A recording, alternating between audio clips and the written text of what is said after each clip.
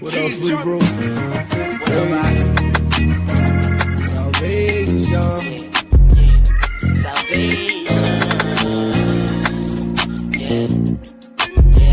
Hey, you got many mansions. Think about salvation, get the danger. My flesh vain, it's my heart not trouble, I will pain. We trust in Abba, he the one that kill your problems. We thinking Abba, now we know about that lava. The streets of gold, walking on that road, I can't sell my soul. Hell no, I'ma be the light everywhere I go. Ain't no vaccine up in the temple. The devil know that the most I dwelling in you. They trying to shoot you up, that should really offend you.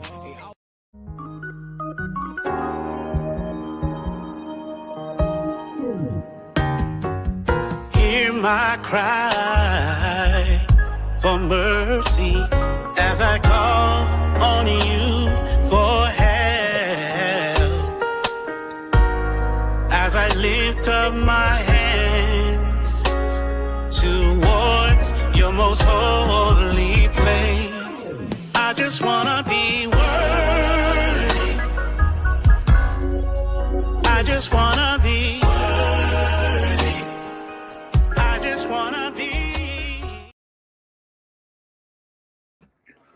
Shabbat Shalawam, Shabbat Shalawam. Let's give all praises, honor, glory, esteem to the Father, Yahawah.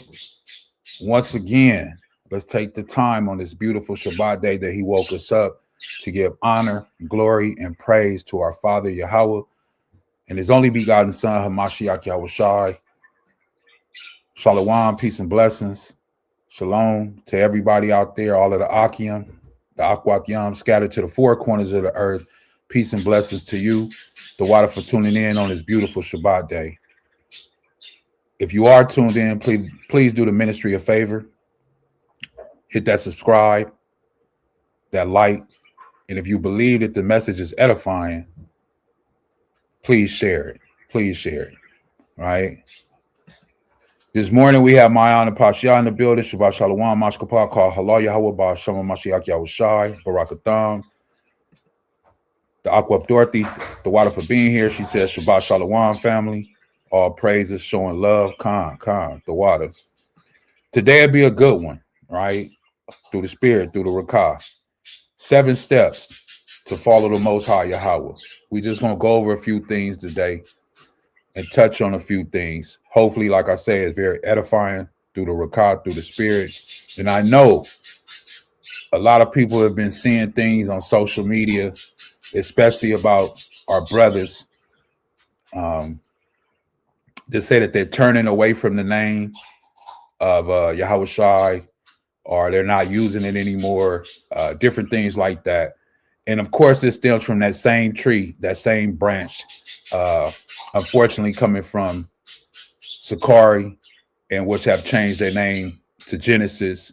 From them, that same, that same tree, that same fruit. And it's unfortunate, because there are a lot of new believers that are coming in that really don't understand, and are being lost along the way. And, these false prophets, these false people that are bringing shame to the Most High, whatever it is, they're bringing shame to him. They're bringing shame to his only begotten Son. And for them to do such a thing, for the gain of this world, for the belly, it's sad. So I just want to encourage those that know what's going on and see those type of things on social media. Don't fall for it. Don't go for it. Stay 10 toes down for the Most High. He knows your heart, so don't listen to what men and people say. The Most High knows your heart. So with that being said, as we dive into it, I'm going to play this short video. The link is in the video, in the description, and then we'll dive right into the scriptures. So get your pens, your pad, all that ready so you can take notes. And after this, we're going to dive right into the scriptures. Here we go. Let me play this short thing. Yeah, the gold became them. The sons of Zion turned to dust in the street. But prophecy said Edom's joy going. Watch the flip. Tables turning trees. How to go turn them with a shining. Stones of the temple, they grinding. Sons of Zion, we divine black. Now the world see true, rewind it. Eat them laughing, but the clock keeps slow. They rejoicing now, but they ain't gon' show. Judah still breathing, faith don't fold. Most high coming back, he reclaim gold blue. Gold turned them, but we pure in the core. Blood on the soil, they don't open that door. Zion cry out from the block to the shore. With the change to corporate war. We was kings, not slaves in chains. Built a city, now they profit our pain. Stones of the sanctuary poured in the street. Crown got cracked, but the spirit don't sleep. Famine hit hard, moms cry tears. Babes in the dust, no bread, no years. Eat them laugh loud, think judgment delayed. But the wrath coming fast, it's already in play, yeah. How to go turn down with a shining. Stones of the temple, they grinding. Sons of Zion, we divine black. Now the world see truth, rewind that. Eat them laughing, but the clock ticks slow. They rejoicing now, but they ain't gon' show. Judah still breathing, faith don't fold. Most high coming back, he reclaim gold. Eat them real Jackson, but that joy sure live. Nobody I wrote it, that's what it is. Payback double for the dirt they did. Prophets outside, we don't play no kid. Bred by the sword, still living on edge. Skin blacked out from the famine and dread. Wilderness heat got us counting our steps, but we still here. Never lost, never dead, we the sons here. Yeah, the fine gold testify made pure. Tribulation invest the streets filled with saints. Whole crew resurrected, judgment gon' drop, that's divine correction. How to go turn them, we the ones they forgot. But the scroll still reads, so the story don't ride. Eat them laughing now, but the sky gon' talk. When the trumpet sound loud, every knee gon' drop. Hey, how to go turn them with a shining. Stones of the temple, they grinding. Sons of Zion, we divine black. Now the world see true, rewinding. Eat them laughing, but the clock ticks slow. They rejoicing now, but they ain't gon' show. Judah still breathing, faith don't fold. Most high coming back, he reclaim gold fruit.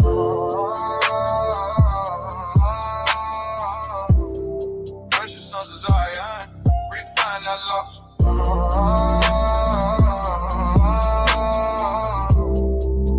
Rejoice now, but the ending comes.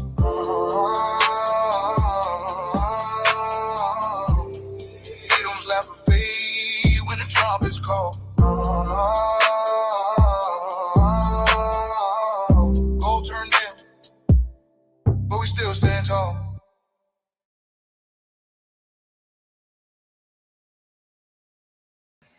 Khan, now one might ask, why you play that? Well, I played it so you can see for yourself. It says Edom is going to laugh, which they're doing. They're on top right now, right? But it's not going to be for long. It's not going to be for long. But we have to get ourselves right. So when you tune into this and it says 7 steps, to live for the Most High Yahawah, what are those steps? First, to know who you are. Know who the Most High is. Know who you are. We've been deceived as a people. This is why we are in sin the way we are in sin and going against the Most High, because we have been deceived. We've been tricked. We've been lied to. So let's go into these scriptures. Like I say, put your foot in the pool a little bit. You touched it. Yeah, it's cold. It's cold water. And that cold water is meant to shock you, bring you back to life, resuscitate you. And this is what we're doing. Jump in the pool. Let's go. Proverbs. Let me pull it up. Proverbs is where we're going. Chapter 4. All praises be to the Most High. Those images is worth 1,000 words. And that's why I showed that video, to show the man that's on the street corner, poor, without hope, living in a life of sin, drunkenness. But once he understands who he is, that he's a king on the earth, that he's a power on the earth, that he's a child of the Most High, what you can become. Proverbs 4, I'm going to jump all the way down to verse 20. Proverbs 4, verse 20 is where we're going to start this off. I'm going to blow it up as big as I can. There we go.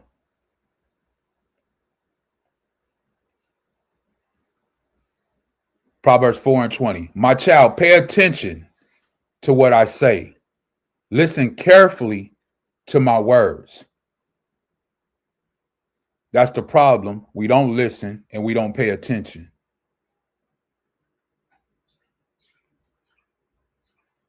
21. Don't lose sight of them. Don't lose sight of what? His word. In this world, it's very, very easy to lose sight of the Most High word. They don't even give you enough time to take in his word throughout the day. We've talked about this before. Most people only have enough time to shower, eat, sleep, and they right back at work again. But he's telling us as his children, my child, pay attention to what I say. Listen carefully. Open up your ears. This is what really matters. Don't lose sight of them. Let them penetrate deep into your heart. It didn't just say let it lay on the top. It said penetrate deep. It has to get through all of that hard, that stone, that stubbornness, that stiff-neckedness. So it has to penetrate you deep in your heart. For they bring life to those who find them and healing to their whole body. Your whole body. It changes your mindset. It changes the way you think. It changes the way you act. It changes the way you deal with people. The way you deal with your own self. You start to love yourself and understand before you had such a hatred for your brothers and sisters and people and even yourself. Verse 23. Guard your heart above all else, for it determines the course of your life. And if your heart determines the course of your life, when we read the book of Jeremiah, it says the heart is what? Deceitfully wicked. Deceitfully wicked. And here in the book of Proverbs, it's telling us to guard your heart above all else, for it determines the course of your life. And if the heart can be deceitfully wicked, then you will live a life of what? Wickedness. So you have to guard it, protect it. Avoid all perverse talk. Stay away from corrupt speech. Anything is dishonest. Anything is dishonest. Gossip, backbiting, casting people down, belittling people in your conversation, not uplifting, but belittling them, putting them down. And above all, just being dishonest, bearing false witness. 25. Look straight ahead. These are steps. You want to know 7 steps? Living for the Most High Yahawah? These are steps. He's telling us. Avoid all perverse talk. Stay away from corrupt speech. Stop gossiping. And it tells in 25, look straight ahead and fix your eyes on what lies before you.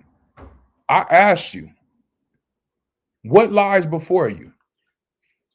That's a question. What lies before you right now?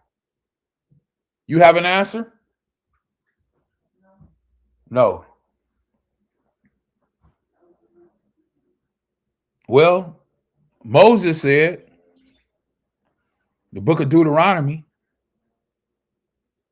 Let's get that real quick, and we'll come right back to Proverbs. I don't want to just say it. Let's get it. Deuteronomy chapter 11 real quick.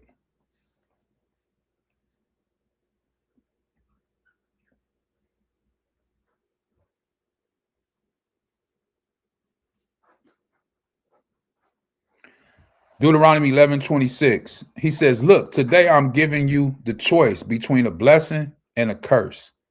Meaning what? Life and death. That's what he gave you.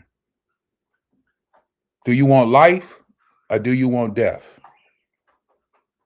And everybody has death coming.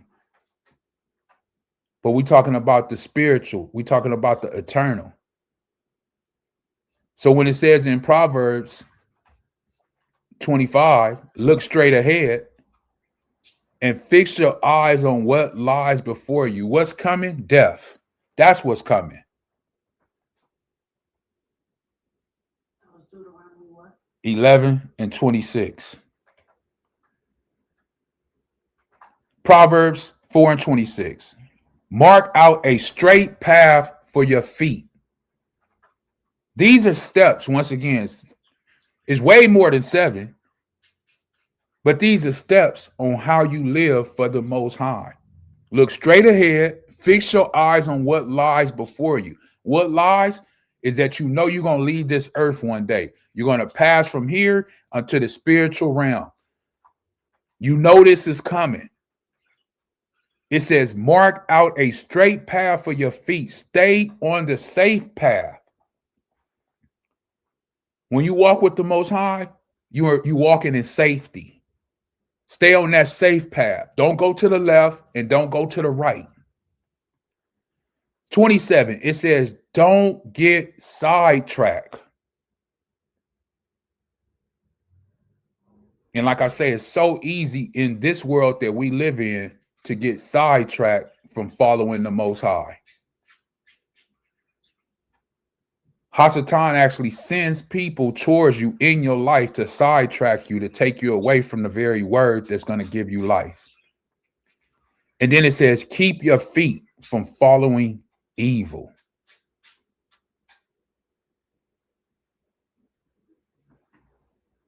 Don't go in the way of evil, of wickedness.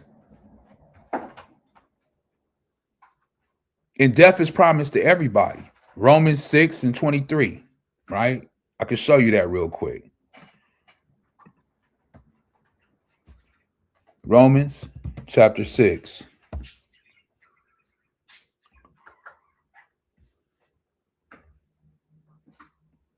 It says, Romans 6 and 23, for the wages of sin is death. That's what lies before us right now. No matter how old you are, 10 years old, 20 years old, 50 years old, 60, 80, it does not matter. Death is there. It is waiting on us. We all have a date. It says, but the gift of the Most High is eternal life through Yahawah Hamashiach or Adawan. So yeah, this body will die, physical, but you will receive something, a gift from the Most High. And the gift that he's given us is eternal life through his son, Yahawah Hamashiach or Adawan. Now, let me show you something in the book of Sirach real quick. Let's go there. Turn with me there, please. Better known as the book of Ecclesiasticus.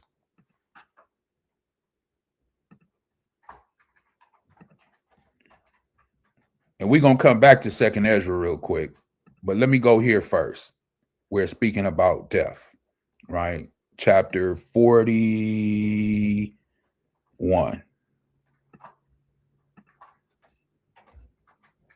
What a beautiful thing that he left this for us, right? In the book of Ecclesiasticus in the 1611 King James Bible. As I always say, if you don't have one, get you one. I'm going to just start at verse 1 and read down a little bit. And it reads, O death, how bitter is the remembrance of thee to a man that liveth and rest in his possessions, unto the man that have nothing to vex him, and that have prosperity in all things. Yeah, unto him that is yet able to receive meat. O death, acceptable is thy sentence unto the needy, and unto him whose strength faileth, that is now at the last age, and is vexed with all things. And to him that despaireth and have lost patience. Have you lost patience in the Most High? Because those are one of the steps that you need to live for the Most High. You have to be patient, long suffering. Count it all joy. No matter what you go through, you can't lose your patience. Easier said than done, because we've all lost our patience at a period of time in our life. But this is something that we have to go back to, and we have to resonate, and we have to think upon, like, hey, the Most High said we have to have patience. Verse 3. Fear not the sentence of death. So the word, the Bible, the very word of the Most High is telling us, fear not the sentence of death. And for believers, I truly believe for believers, we think about this all the time in our minds. Where we're going to go, where we're going to end up, how is it going to be? I can't wait to see Hamashiach Yahushua. I can't wait to see the other people. You know, we kind of, as Paul said, we kind of long for it. We waiting on it. So me personally, we always thinking about death. I know I am, in a good way, not in a bad way, because I don't think of it as something bad. I think of it as something good. You're finally being released from this matrix, this simulation that we're in. And now you in a, in a spiritual realm with understanding of what's going on. Fear not the sentence of death. Remember them that have been before thee, Abraham, Isaac, Jacob, Peter, Bartholomew, Matthias, all of them, Yahawah, David, everybody. And remember the ones that come after. For this is the sentence of Yahawah over all flesh. So everybody that you know is going to die one day. Everybody. So as it said in the book of Proverbs, you want to live what? A righteous and straight life. You want your eyes to be focused on what it is that you're trying to accomplish. You don't want to be sidetracked, because you know the ending result is what? Death. Which is really life, because if you live it like it just said in Romans 6:23, you can get what? That gift of eternal life.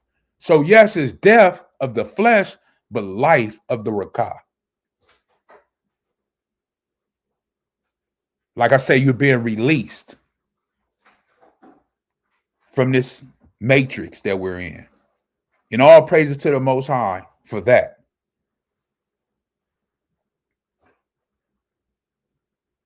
We have to understand this.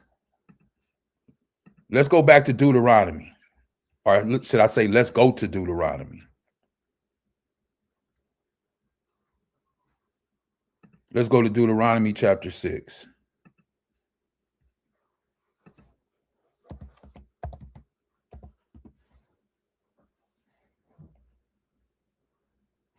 Once again, the water for everybody that's here tuned in, that will tune in at a later time,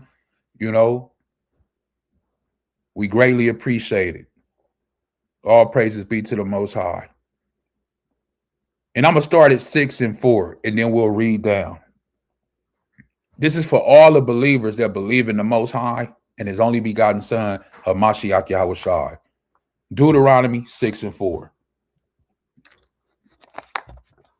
Hear, O Israel, Yahawah, our power, our Allah, which is Hebrew, which means power, is one Yahawah.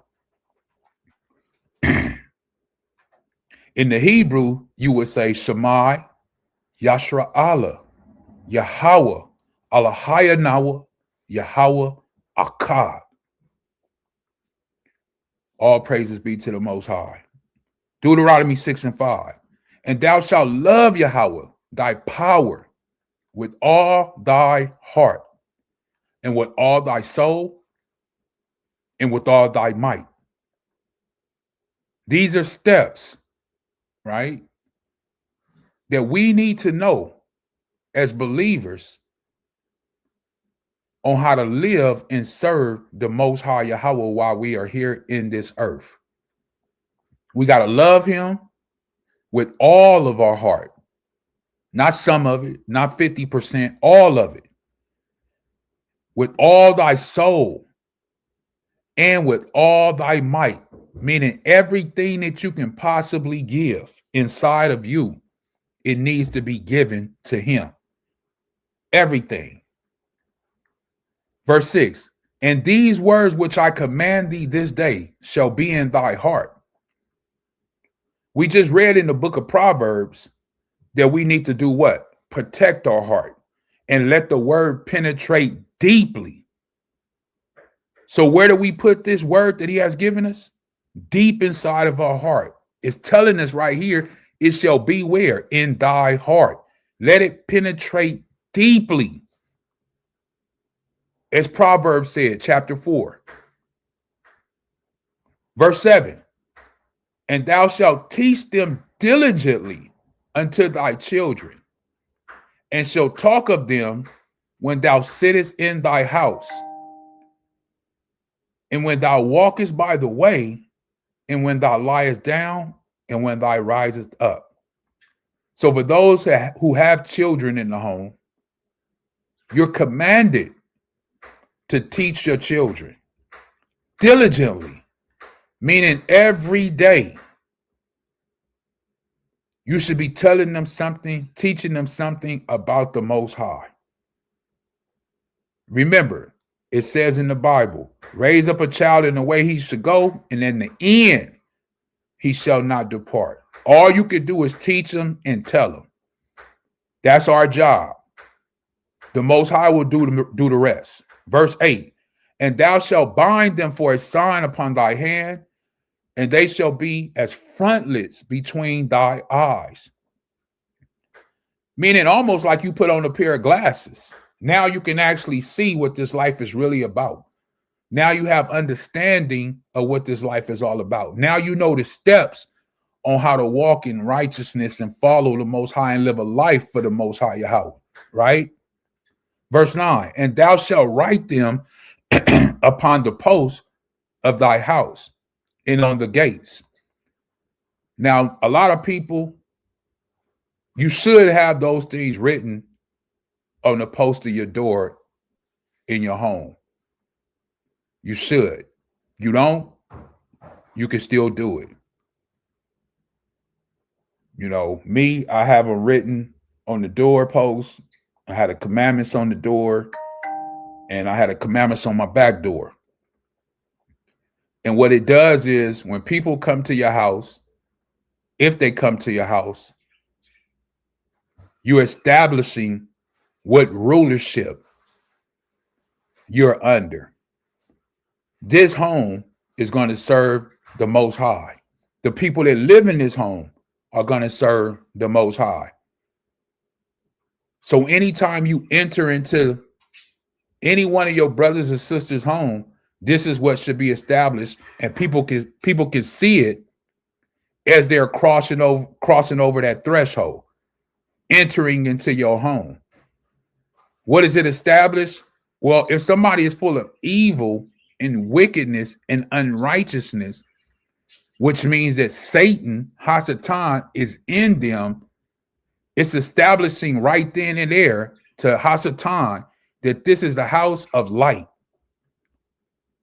And the Most High, through the Rakah, dwells here. This is why it's telling you, it shall what? And thou shalt write them upon the posts of thy house and on thy gates. You are establishing that this home that you reside in, this area that you reside in, is of the Most High Yahawah. And you're building a hedge around it, which is your protection.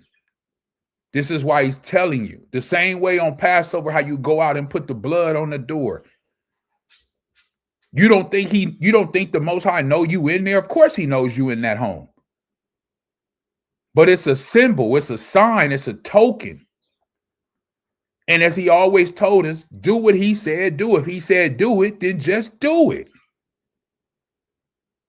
Verse 10, and it shall be when Yahawah thy power shall have brought thee into the land which he swore unto your fathers, Abraham, Isaac, and to Jacob, to give thee great and goodly cities, which thou buildest not, and houses full of all good things, which thou fillest not, and wells dig, which you didn't dig, vineyards and olive trees, which you didn't plant, when you shall have eaten it and be full.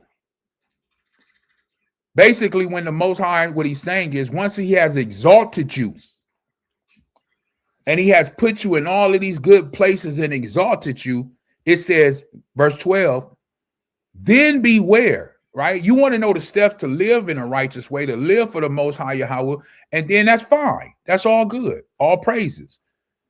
But once you have those steps and you live that way and the Most High exalt you in due time, he's telling you what? Be aware, lest thou forget Yahawah. And let's be honest, we see it all the time. A lot of times the Most High exalts someone, and then when they get to a certain place, they forget about the Most High, and they start saying, I did it. It was me. And this is what he's telling you. Then beware lest thou forget Yahawah, which brought thee forth out of the land of Egypt, bondage, darkness, slavery, wickedness, from the house of what? Bondage. Thou shalt fear Yahawah thy power and serve him, and shalt swear by his name. You shall not go after other deities, of the deities of the people which are round about you. So yeah, you live in America, South America, London, Europe, wherever you are commanded not to go after those other deities. I don't care if you move to India. You cannot you cannot start serving a Mishnah or Buddha.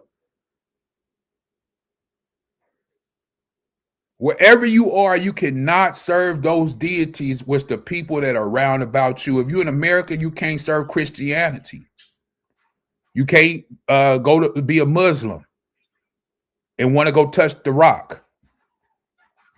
Verse 15, for Yahawah thy power is a jealous power among you, lest the anger of Yahawah thy power be kindled against thee and destroy thee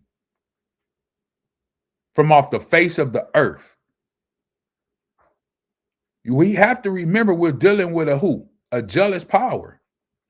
He's jealous. He's telling you, I am jealous and I will destroy you if you start to go and serve other deities.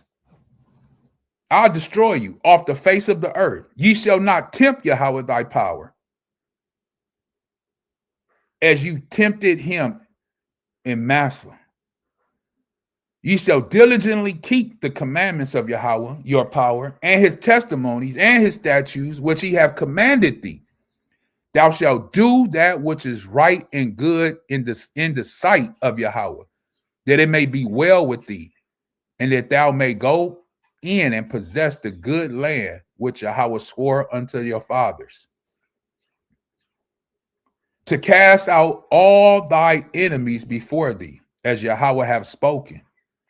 And when thy son asketh thee in the time to come, when your children, your son, your grandson, your granddaughter, great-grandchildren, when they ask you, what does all this mean?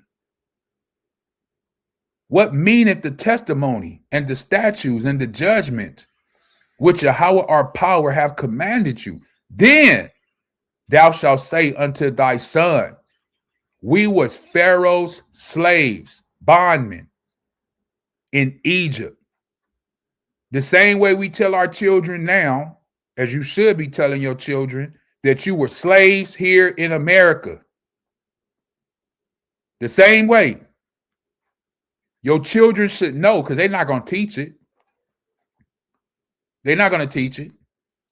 You should be teaching your children that, hey, we were slaves here in America. The same way Moses is telling the children of Israel right here that, hey, we were Pharaoh's slaves in Egypt.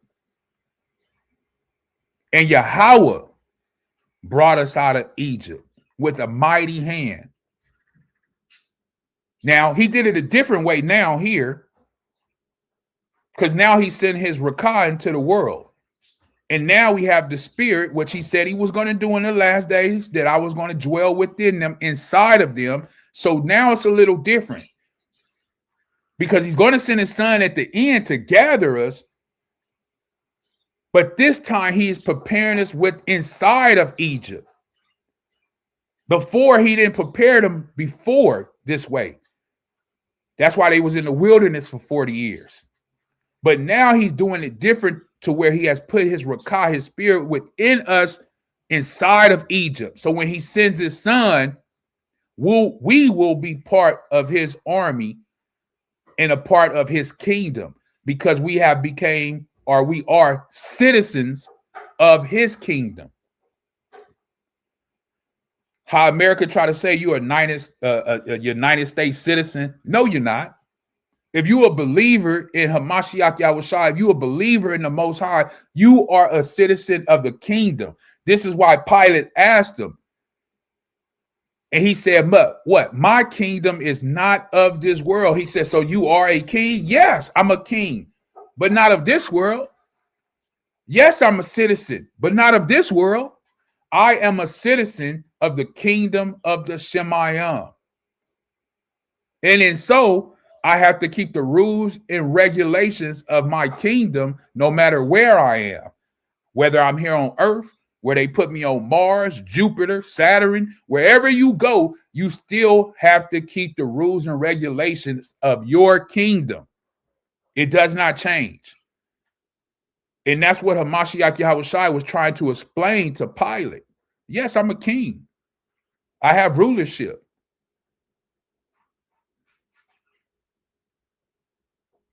So this is what you would be telling your children and breaking it down to them so they can have that understanding.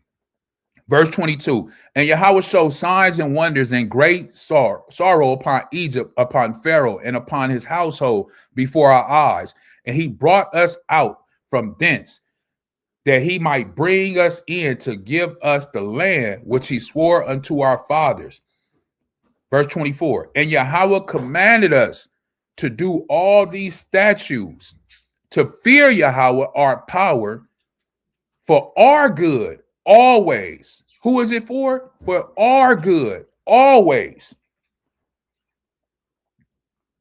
So we want to know the steps that it takes to live a life for the Most High Yahawah. Well, these are the steps. This is what's written for us. These are the things that were written aforetime for our learning, for our good. Always, not sometime, not it was going to end at a certain period of time. It was nailed to the cross. And no, always, that he might preserve us alive as it is this day. It shall be our righteousness. This is our righteousness. You want to know how to live right for the Most High? You want to know what the steps are? It says, if we what? Observe to do all these commandments before Yahawah our power, as he has commanded us. And you will have some people that watch this lesson, or they click on, listen for a little bit. When you get to talking about the commandments, they like, oh, we don't have to keep the commandments no more. And then they click off. But it's okay. You know why? Because this message is not for everybody. It's only for the chosen. And you might say, well, you kind of bold to say something like that. Well, let's go here. Let me show you. Let's go to the book of 2nd Ezra.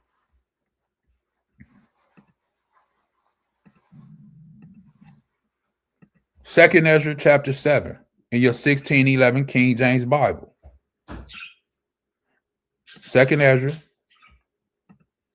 chapter 7. And let's see what he says about this. This is Ezra, a priest, a Levite, right? A prophet.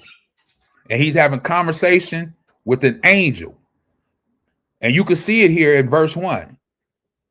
Let me make it a little smaller. It says, and when I had made an end of speaking these words, there was sent to me who? An angel, a malak. So it's not me making this up. This is what's written, which had been sent unto me nights afore. Right? Now I'm going to jump down to what we're talking about. Like I said, it's going to be somebody that watch this, click on this, and say, hey, this man is teaching that we should keep the commandments. That these are the steps that you need to follow to live in a good life for the Most High Yahawah.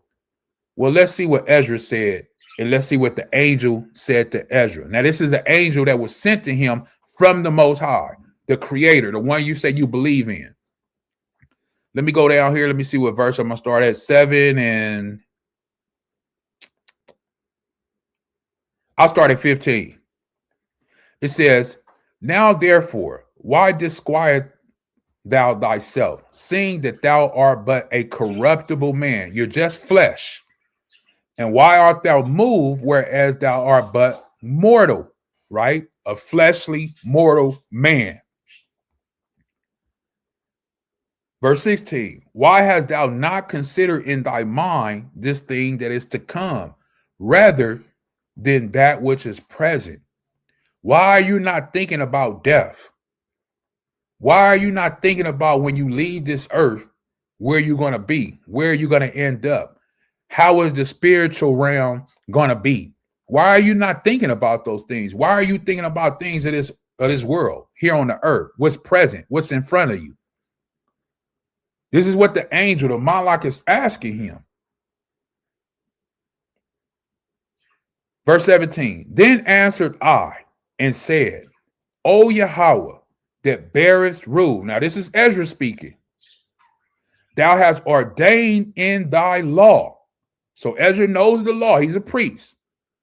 That what? The righteous shall inherit these things, but that the ungodly should perish, meaning to die.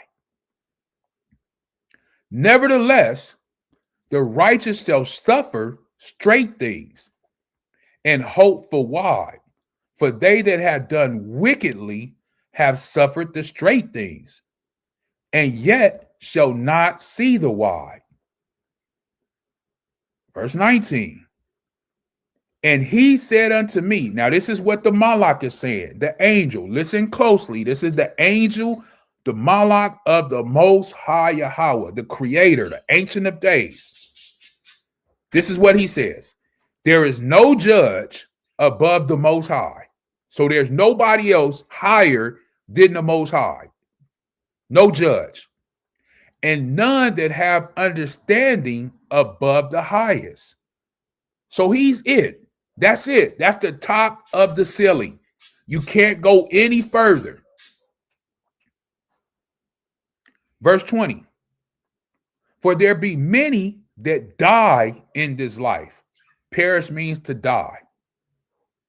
For there be many that die, perish in this life, because they despise the law of the Most High that is set before them.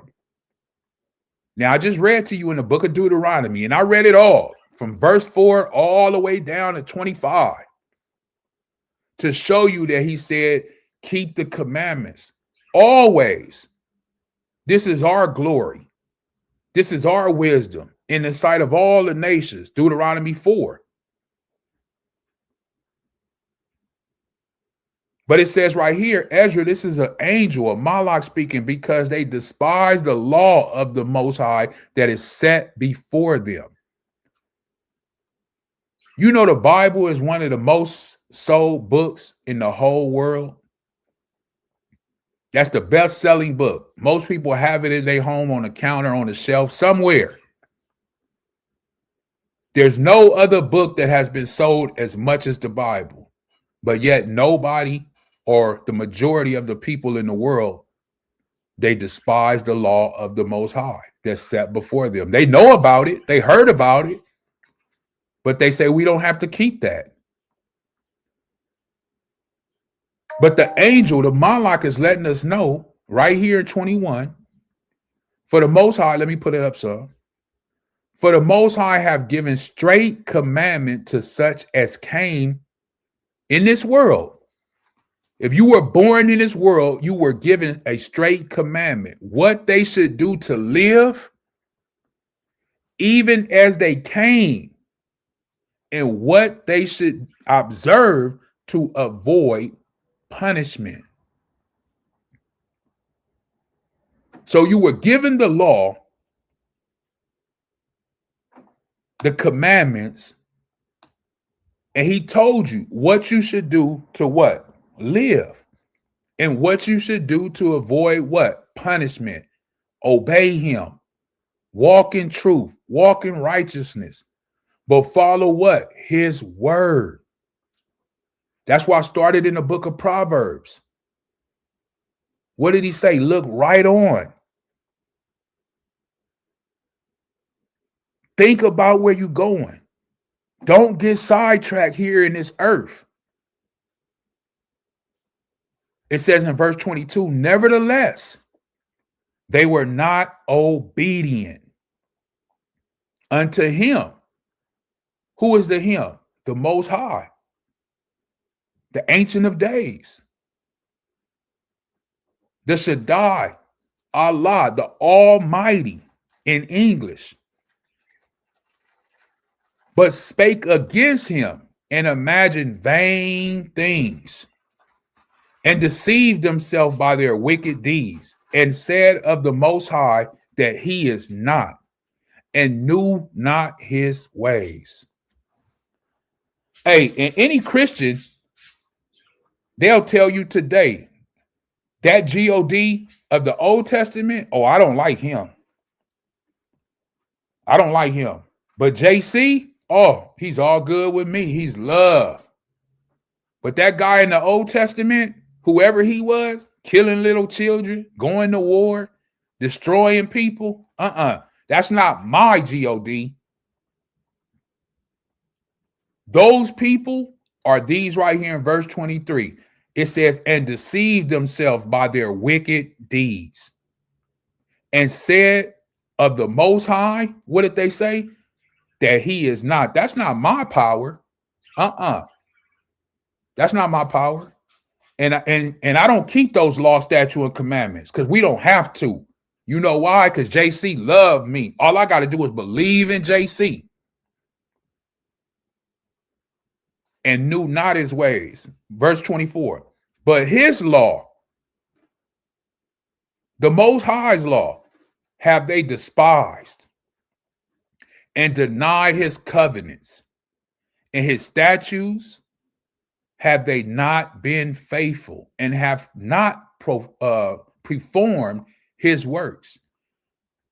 That was the Malach, the angel speaking.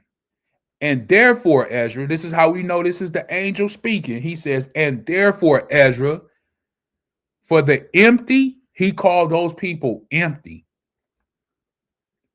Those people that say such things like the law is done away with, I don't have to keep the law, that God of the Old Testament, that power of the Old Testament, that's not my God. I believe in his son. I believe in JC.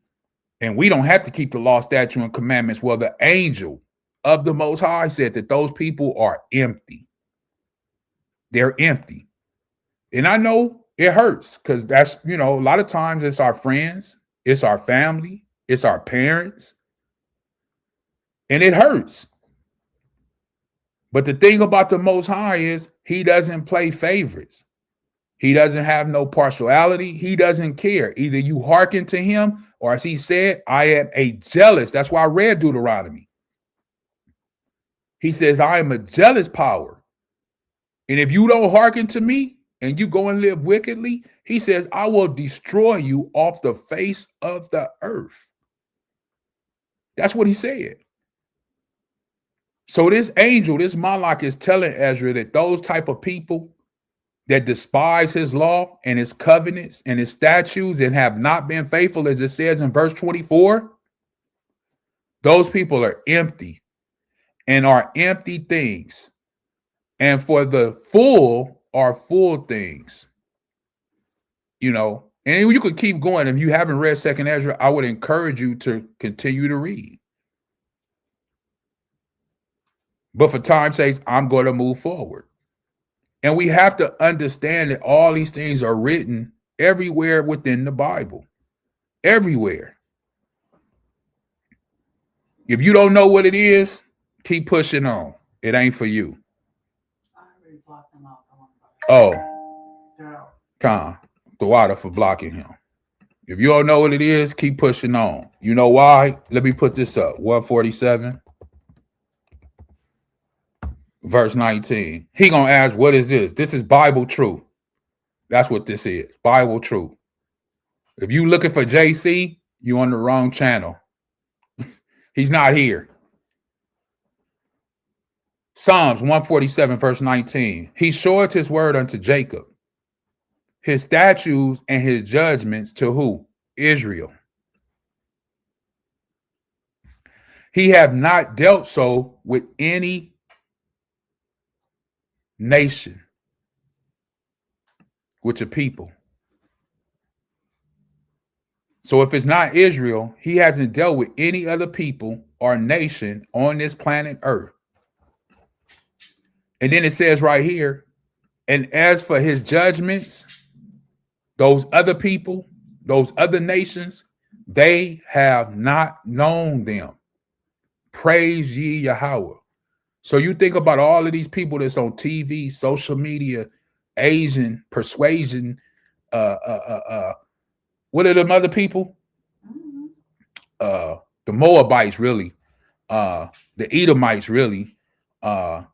All these people that's on social media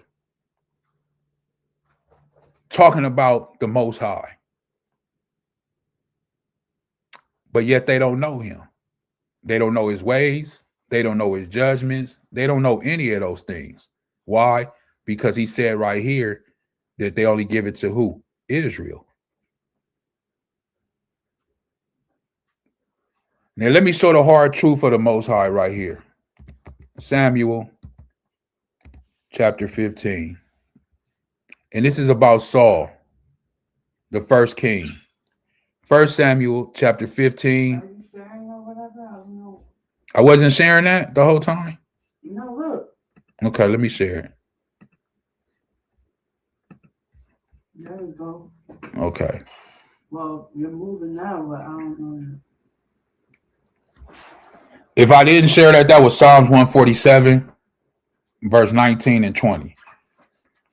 Salaki, I thought I was sharing it. And the reason I say Asian, you say, well, why he picked Asian? Well, believe it or not, it's a lot of Christians that are Asians. A lot. You said 19 and 20? 19 and 20. It's a lot of Christians that are Asian. And I didn't know, but if you look this up, it is an Asian man who claimed that he was Hamashiach. And it's a woman that says that she is the mother. You have to look it up, but it's crazy. And they have a big following, a real big following. They said that this Asian man was Hamashiach Yahawashi. When I don't know how an Asian man is Hamashiach Yahawashi when he was a Jew. But anyway, this is Samuel chapter 15, verse 22. And if you have not read this story, this is about Saul, the king. He did something that he shouldn't have did. The Most High told him when he go to Amalek to destroy everything, don't take nothing. But in verse 21, it shows right here that the people took up the spoil, the sheep and the oxen, the chief of things, which should have been what? Utterly destroyed, as it says. But they didn't utterly destroy it. They took those things and they were going to sacrifice some of the stuff to the Most High. Letting you know, what am I trying to show you? Sometimes you may think that you're doing something good for the Most High. You know, you living a life of the Most High, you know the steps, you keeping the law, statute, and commandments, you walking in righteousness. But a lot of times we can overstep our bounds. Right? We've seen that with Aaron's sons, and I'm showing you this again. with Saul. The Most High said, destroy it. And what the Most High say, that's what he mean. Not, oh, I'm going to do this. I think this is best. And the Most High will understand. No, he didn't say that. So whatever he said do, that's what we do. We don't go beyond what he said. So listen what happened. Verse 22. And Samuel said, have Yahawah as great delight in burnt offerings and sacrifices. Because remember, that's why the people say that they took that stuff. That, oh, he was going to sacrifice it to Yahawah. So Samuel, the prophet, he says, do the Most High have a great delight in that? Does he care about your sacrifices and your burnt offerings? The prophet says, as in obeying the voice of Yahawah. So our sacrifices and our offerings doesn't mean that much to the Most High Yahawah. But what means a lot and a great deal to the Most High is obeying the voice of Yahawah. It says, behold, to obey is better than sacrifice.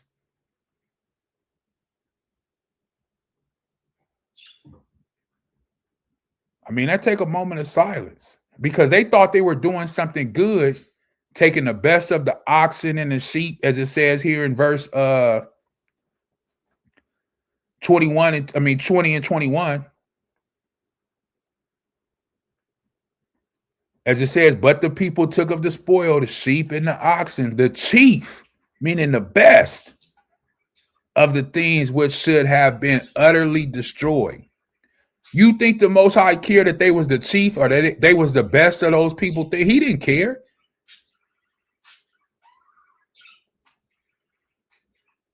So the mindset that we have sometimes as followers of the Most High, we have to check our own self and humble ourselves and come back down to reality, like it's saying right here.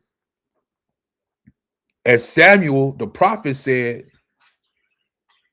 as in obeying the voice of Yahawah, behold, to obey is better than a sacrifice, and to hearken than the fat of the rams. Hearken unto the word of the Most High. You want to know the steps of living a life for the Most High Yahawah? It says to obey and hearken to his word. That's the best thing that you could do.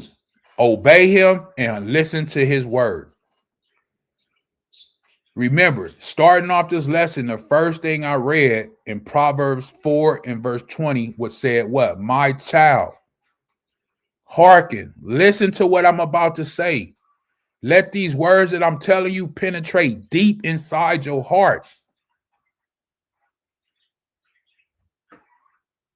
so it can guide you. And when we disobey and we don't hearken and we don't listen and we do it the way we want to do it, it says in 23, for rebellion is as the sin of witchcraft. That's how the Most High looks at us when we go off. We might as well be a witch. We might as well be dealing in witchcraft. And stubbornness is as sin, iniquity, and idolatry. So when we're stubborn, those people, when you try to tell them about the law, statute, and commandments, and they don't hearken and they don't listen, and they say, oh, it was nailed to the cross. We don't have to keep the law, statute, and commandment. We don't have to walk in that. All we have to do is believe in JC. That's stubbornness. Because truth has been revealed and is coming to you, but you knocking it down because you're stiff-necked, you're stubborn. The Most High said that that's idolatry. He looks at that as idolatry. Because thou hast rejected what? The word. That's what those people do.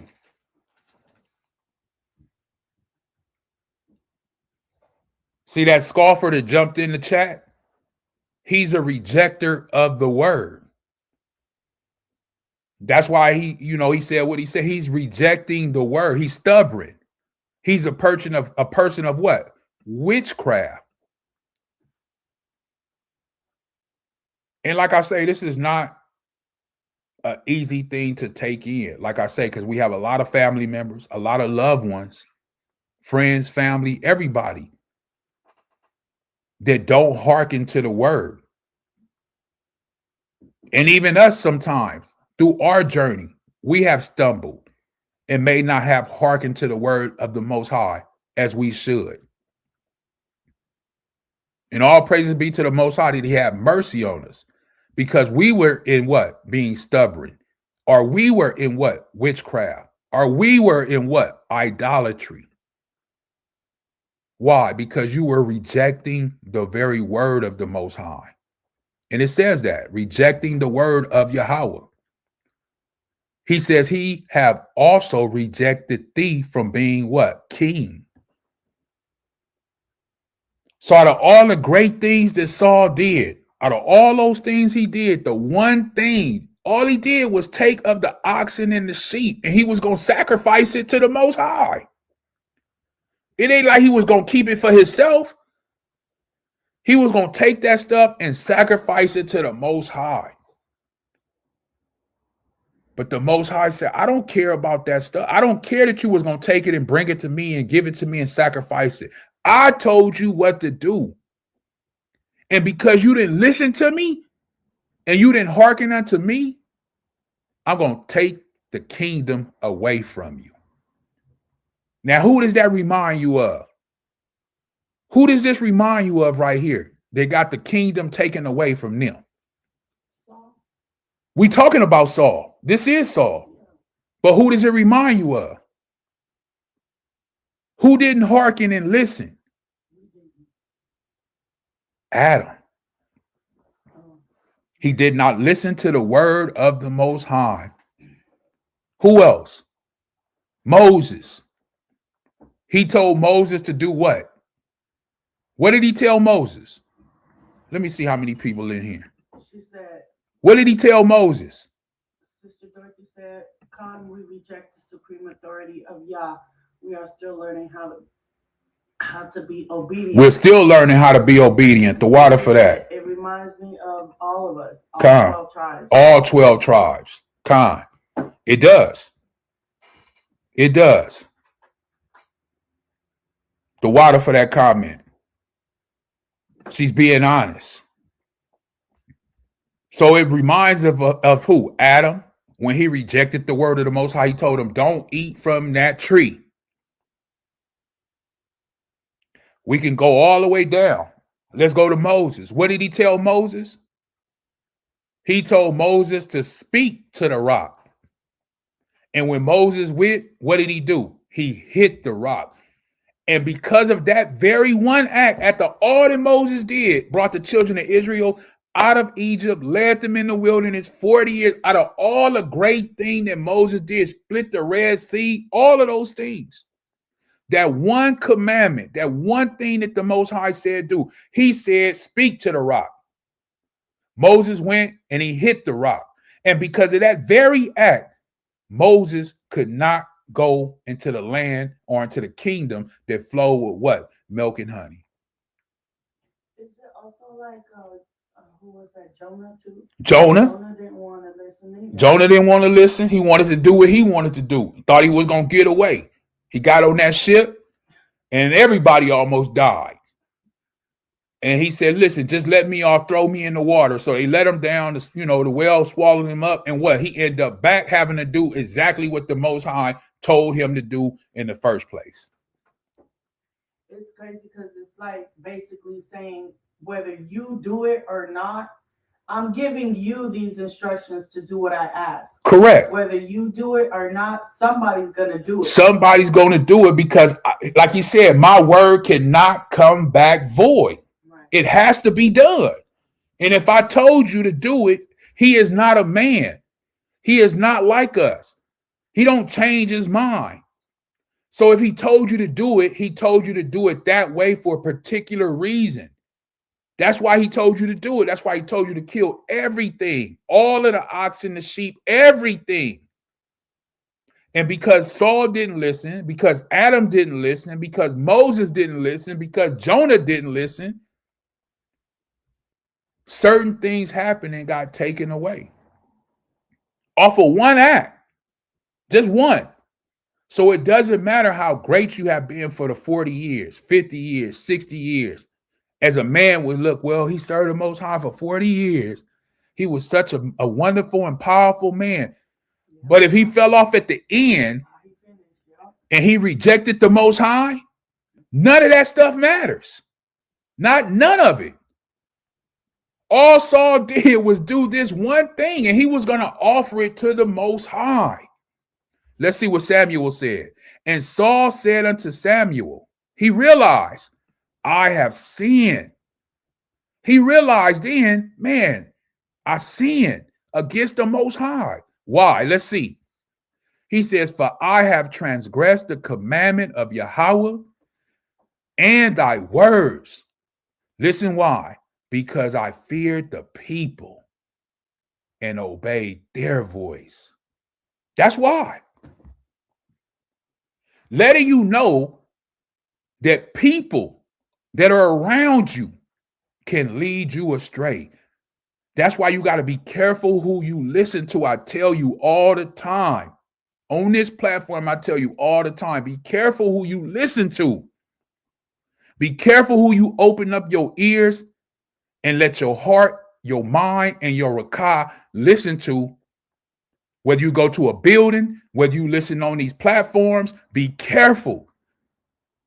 Because people can lead you to what? Go against the Most High. And you're going to be the one to suffer. The Most High didn't go to none of them people that he did that for. Who did he go to? He went to King Saul. And Saul realized after he done it that what? He feared the people. He was more concerned about the people. The same way these pastors in your church or these leaders in the camps and congregation, they're so worried about the people that they may lose members. So I'm not going to preach about that. I'm not going to speak on that. I'm not going to say that. They're so concerned about the people instead of being concerned about the Most High. If Saul was concerned about the Most High and not about these people, what those people would say, he wouldn't have cared. He said, hey, screw what y'all saying. The Most High said kill everything, so kill everything. But we want to sacrifice it to the Most High. Look at all of this good stuff that we kill everything.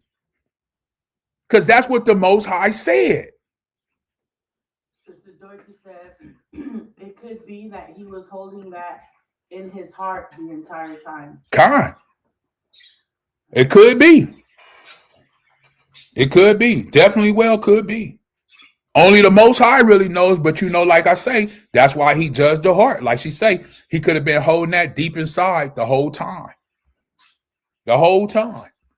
And the Most High felt it, knew it, saw it, and he judged him on it. You know, so we got to be careful. We got to be careful. You know, people click on this and they see, oh, Yahawah, and they click on this and then they think about 7 steps and they thought they was going to get John 3:16 and, you know, just be good. And no. I'm going to give you the real raw deal. It only takes one thing. Moses didn't enter the promised land for one thing. Adam got kicked out the garden for one thing. Verse 25. It says, now, therefore, I pray thee, pardon my sin. Now he's repenting. He's asking for repentance from the Most High. Pardon my sin and turn again with me that I may worship Yahawah. Now he wants to worship the Most High. And Samuel said to Saul, I will not return with thee. Uh-oh. He can't even be with him anymore. He can't even be with, he says, I'm not going to return with thee. For thou hast rejected the word of Yahawah. So now the prophet, the shepherd, the leader that the Most High has sent to be the shepherd in the earth, your pastor, your bishop, your elder, your deacon, whatever you call these people, as Samuel is, he said, listen, I'm not going to be with you no more. I'm not walking with you no more. You sinned against the Most High. You rejected his word. We got to separate. How many people in these congregations and churches that don't sin and rejected the word of the Most High still show up every Shabbat? still show up every Sunday. Nobody talks about it. They just sweep it under the rug like nothing happened. That's not the Most High. That's not a man sent from the Most High. Samuel said to Saul, which was the king, this ain't a regular man. This is the king. He can have Samuel killed right then and there. He got soldiers on standby. Hey, kill Samuel, and they will kill him. But Samuel didn't fear Saul. He feared who? The Most High. He said, I will not return with thee, for thou hast rejected the word of Yahawah, and Yahawah have rejected thee from being king over Israel. And Samuel turned about to go, and he laid hold upon the skirt of his mantle, and it rent. And Samuel said unto him, Yahawah have rent the kingdom of Israel from thee this day, and have given it to a neighbor of thine that is better than thou. So in that very same day, in that very act, the Most High sent Samuel and took the kingdom from him right there. And he showed him by what? When he ripped his clothes. And he told it, I'm going to give it to your neighbor. Who was that neighbor? We know, King David. King David. So that very one act that Saul did set in course his destruction, him and his son, and a lot of his family. But David had mercy on, his son and things like that. When David became king, they thought they was going to kill his son, the crippled one or the handicapped one or disabled one. But David had love in his heart, and he loved Saul. That's why he didn't kill him. And that's why the Most High chose David. It says, and also the strength of Israel will not lie nor repent, for he is not a man that he should repent. That's the Most High. He's not going to change his mind as people tell you today. Oh, he changed his mind. Oh, the law's done away with. Oh, no, he ain't no man that he got to change his mind or that he should repent on something that he said. He's not turning around saying, oh, I'm sorry. Can you forgive me? My bad. I shouldn't have said that. Oh, I shouldn't have did that. No, he is not a man. That's what the Bible is telling you. If he said do it, just do it. We may not understand it, and a lot of times we don't understand it. But if he said do it, just like Abraham took Isaac, the Most High said, listen, Abraham, I know you love me. You say you love me. If you really love me, go up there and sacrifice your son Isaac. Put him to death. If Abraham had got emotional and, oh, no, I love my son. This is my son that I have from Sarah. I can't do that, Most High. No, he didn't do that. You know what he did? He gathered up his stuff, gathered up the wood and everything, and he took his son. And even his son had a question. Isaac, he said, Daddy, wait a minute. Where's the ram at? Where's the sheep? What did he tell him? The Most High Yahawah provide. You know how hard that is to know that you finna go kill your son for the Most High, and your son is asking you, hey, Dad, where's the ram? Where's the sheep? What are we going to slaughter? And you have to turn around and basically tell your son that the Most High is going to provide. What is he providing? You the slaughter. I think that when I listen to that and I hear that, it's like us as flesh, like we always have those feelings and stuff. But honestly, I do feel like, who's to say, like, he probably did think about those things, but his faith is so strong in the Most High. His reply of the Most High will provide is not a lie, it's the truth. Regardless what it was, the Most High was providing what it was going to be. Right. Whether it was his child or, the ram that was there. But, like, it shows us that it's not for us to know how he's going to provide it. Right. Put your trust in him. Do what I ask of you. Right. And in return, you will see what I'm trying to show you. Right. So that's why I say, Just like he sacrificed his son for us, we should be able to sacrifice ours for him. So think about this, the scenario, as you just said, right? Think about this. If he didn't hearken and he didn't listen and he didn't go up, now mind you, he didn't even end up having to kill him. But he would have never found that out had he not did it and took him up there. Right.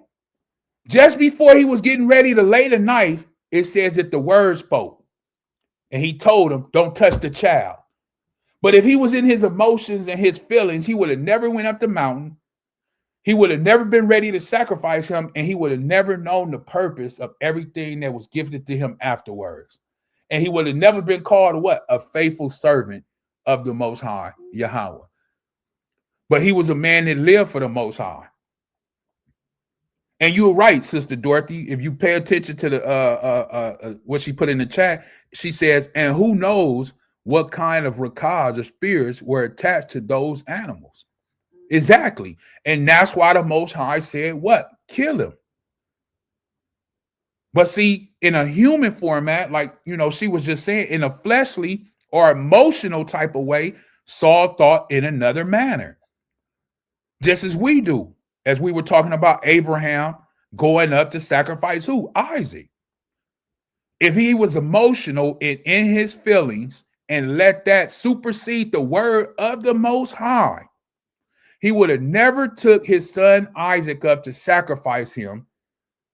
And he would have never known that the Most High wasn't even going to really sacrifice him. He just wanted to see if he was willing to do it.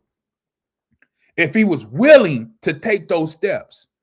And in so doing that he was willing, the Most High seen his heart, he knew his heart, and then he stopped him and said, you know what, Abraham, I know that you was going to do it. Put that knife away. Untie your son. And as the son Isaac said, hey, Dad, where's the sacrifice at? And then he turned to the side and he see a what? A ram. And he's caught in the fence. So the Most High provided that ram for the sacrifice after he knew that Abraham was willing to sacrifice his own son. And let's be honest, the majority of people here on the earth that call themselves believers and followers of the Most High, they would have not went and sacrificed their son. They would have not. And for those people who have read out of, like I say, out of the books, out of the 66, and have read the book of Jasher, we know for those people who read that, this is why Sarah passed away. Because once she found out what Abraham was up to, it hurt her so much that she passed. She died from that because that was her only child. And remember, she was old. So he couldn't even tell his wife, Sarah. Lets us know that he could not tell her. He couldn't share that information with his wife because she would have been too emotional. She would have been too attached.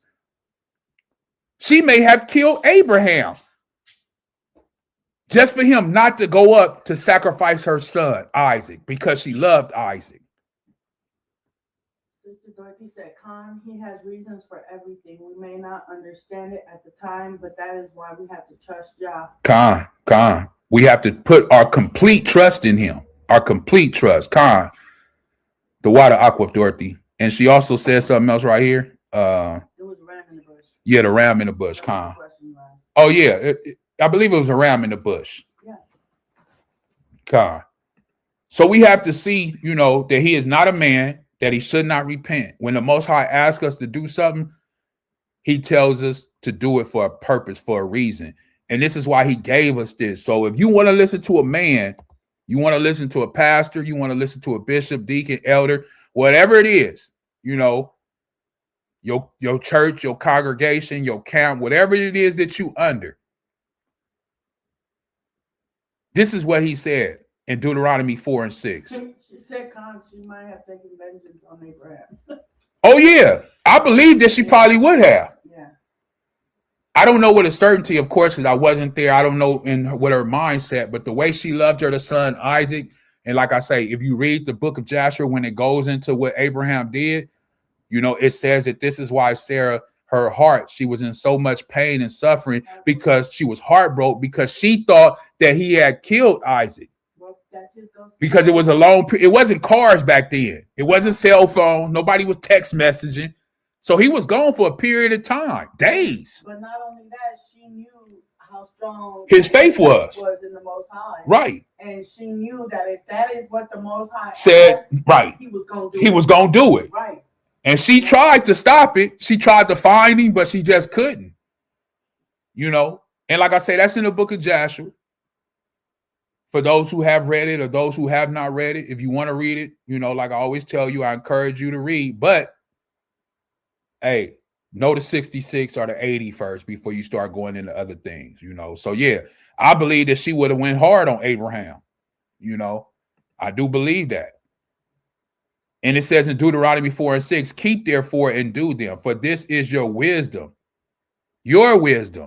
and your understanding in the sight of the nations, in the sight of all other people that are on the face of the earth, which shall hear all these statutes and say, surely this great people, great nation is a wise and understanding people. Now, why would the Most High give us this?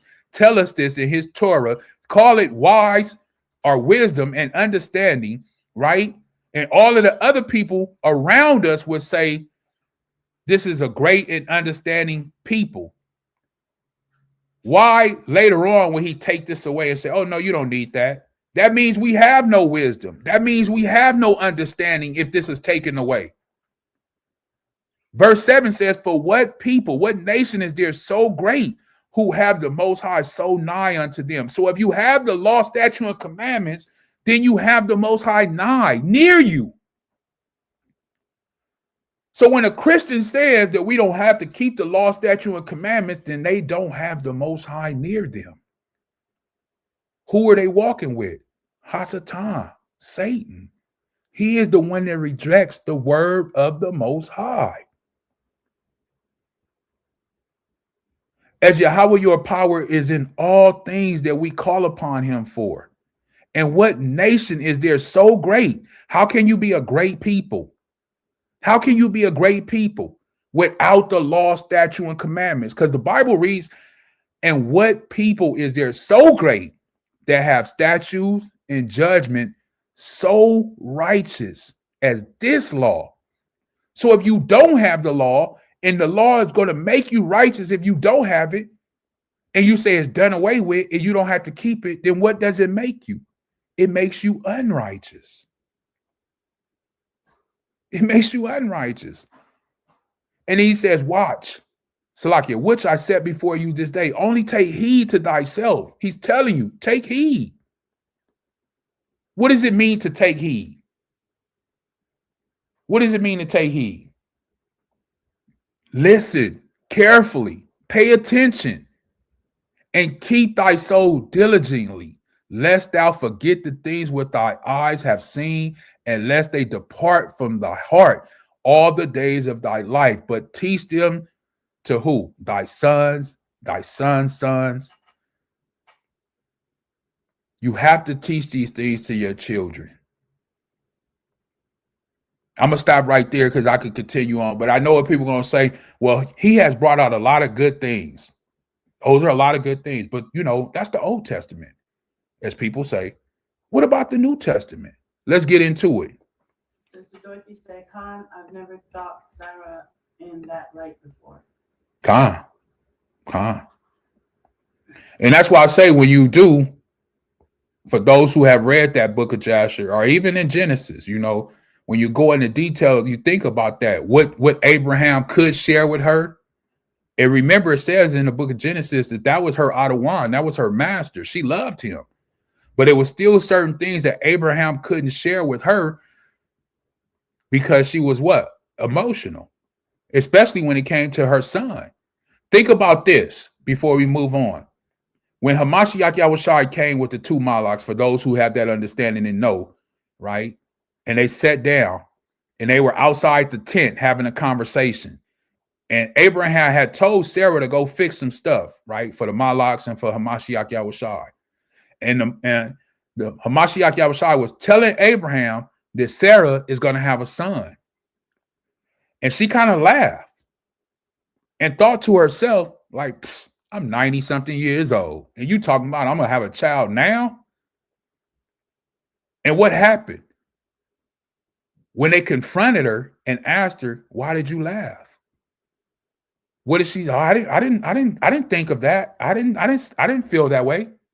But she did. So it was something inside of her, I want to say a lack of faith almost. Because when it was told to Abraham, Abraham believed.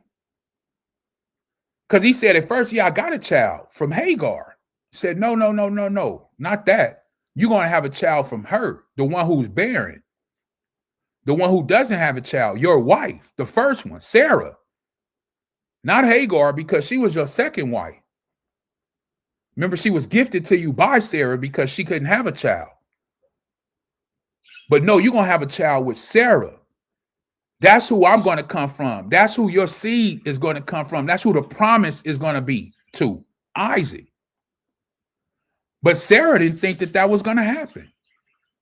She laughed when Hamashiach Yahushai told Abraham that. And then she reneged on her laugh and what she thought and what she felt when he came to her and asked her. So, I mean, when you think about all of these things that happen in the scriptures, this is why we have to slow down and think about every which way, you know, and how it will affect. And like, you know, she was saying, my wife, how much faith Abraham really had that he was willing to sacrifice his child. Imagine coming home after you killed your child for the Most High and having to tell your wife, if she did live, imagine having come home and tell her, listen, because she's going to ask, where's our child? And you can only lie or push it off for so long. She want to know where the child is. He left with you. Why didn't he come back? Where's he at? And you got to come home and tell your wife that you murdered or you put your child to death because the Most High said do it. Imagine that. Woo! Man. It was going to be some ruckus in that tent. They didn't live in houses, so it was tents, but it was going to be some ruckus in that tent that day. Imagine the separation that he would have had between them two. Imagine that. You know. So, yeah, you're 100% correct when it comes to that. Let's go to this New Testament. Let's jump in there. Let's go to 2 Peter. 2 Peter chapter 1, right?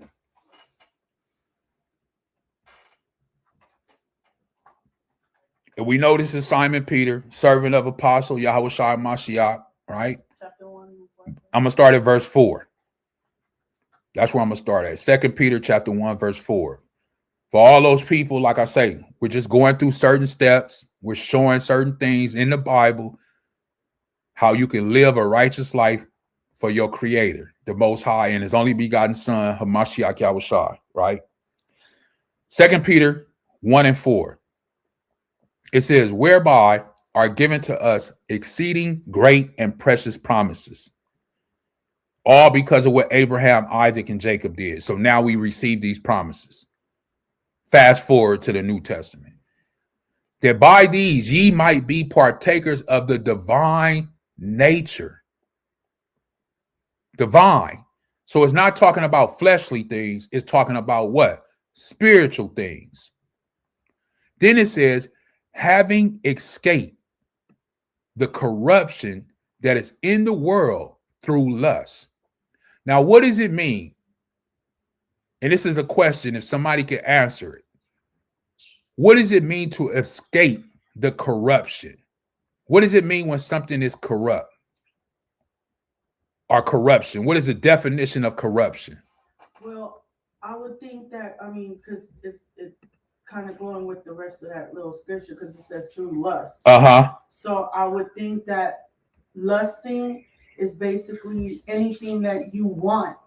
So not necessarily just sexual, but like all of the things of the world that a person would want or, you know, supposedly lust for, like you've escaped that. Like there is no want for anything in the world. Like you have been able to overcome those feelings and urges of of lust. Everything. That desire. Right. That desire to want what the world is offering. And who is the first person we read about in the Bible that had that desire? In the book of Genesis. Wasn't that Eve? It was Eve. It was Eve, yeah. It was Eve. Because she went and ate it. And ate it from the tree of good and evil, the tree of knowledge. So desire or lust is not always a good thing. Twofold. The reason is twofold because there is a righteous desire, and that desire to what? Do what the Most High told us to do. Hearken to him. Take heed to him.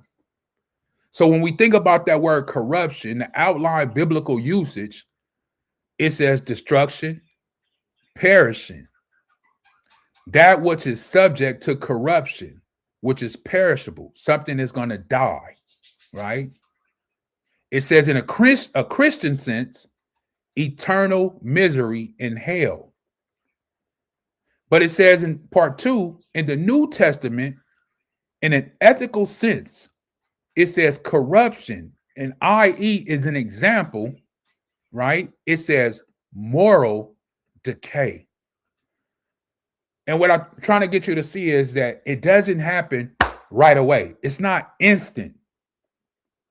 But over a period of time, the moral standard that you had, or that you held yourself to, or that the Most High holds us to,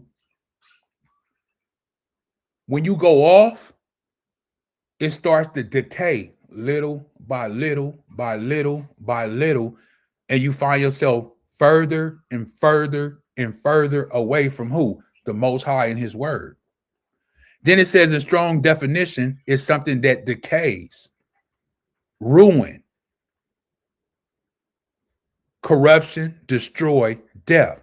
So all praises be to the Most High that in 2 Peter 1 and 4, with that understanding of moral what? Decay, ruin, destruction, we as believers have escaped that was in the world. It's in the world. And a lot of the majority of the world have taken hold of that, what? That moral decay, that corruption. Verse 5, and besides this, giving all diligence, add to your faith. You want to know some steps, how to live for the Most High, Yahawah, and his only begotten son, Hamashiach Yahushua? Well, here they are. Kaifa in the Hebrew, Peter in English is telling us, if you have faith, add to your faith what? Virtue. And to virtue, knowledge. These are things that you can add, steps and things that you can add to your life to live a better life for the Most High Yahawah. So if you have faith, add virtue. And after you add the virtue, add knowledge. And to knowledge, temperance. And to temperance, patience. And to patience, godliness. And to godliness, brotherly kindness. And we need a lot of that. And to brotherly kindness, charity. And we need a lot of that. For if these things be in you, so if you have all of these things inside of you, all of these things that Peter just said, that he has given to us, if you possess these things and they're inside of you, it says they make you that ye shall never, or Salakia, shall neither be barren nor unfruitful in the knowledge of our Adawan, Yahawashi HaMashiach. So if you have these things, you possess these things, Peter is saying you'll never be barren. You'll never be unfruitful if you have virtue, if you have knowledge, if you have temperance, if you have patience, if you have brotherly kindness, if you show charity, you will never be barren. You will always have fruit and be producing fruit. In who? The knowledge of our brother, Hamashiach Yahushua. It says in verse 9, but he that lacketh these things is what? Blind. So if you see an Ak out there, he doesn't have patience. He's not working on his patience. He's not kind to his brothers. He's not charitable. All of these qualities, it says, if Peter says if they're lacking these things, they don't have these things, it's because they're blind. Once again, things don't happen overnight, but we should all be working and being better than we was last month, last year, yesterday. It should be progress. This is why Paul writes that in Philippians, where he says, forgetting those things that are behind me and pressing what? Forward.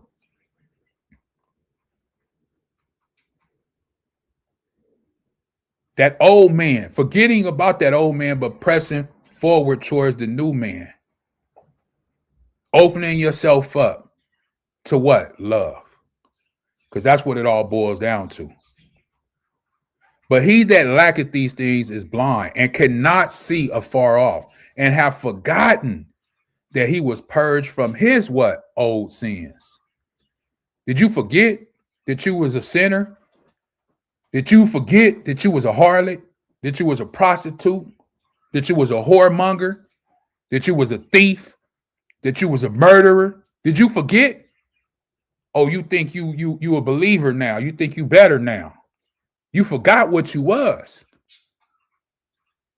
and that you were purged through the blood. It says, wherefore, the rather, brethren, give diligence to make your calling and election sure. What does it mean to make it sure? Hearken, listen, take heed. You already been called. You wouldn't be here. You already been called. But what does that scripture say? Many are called, but what? Let me hear you say it. Many are called, but what? Few are chosen. So yeah, you got the call.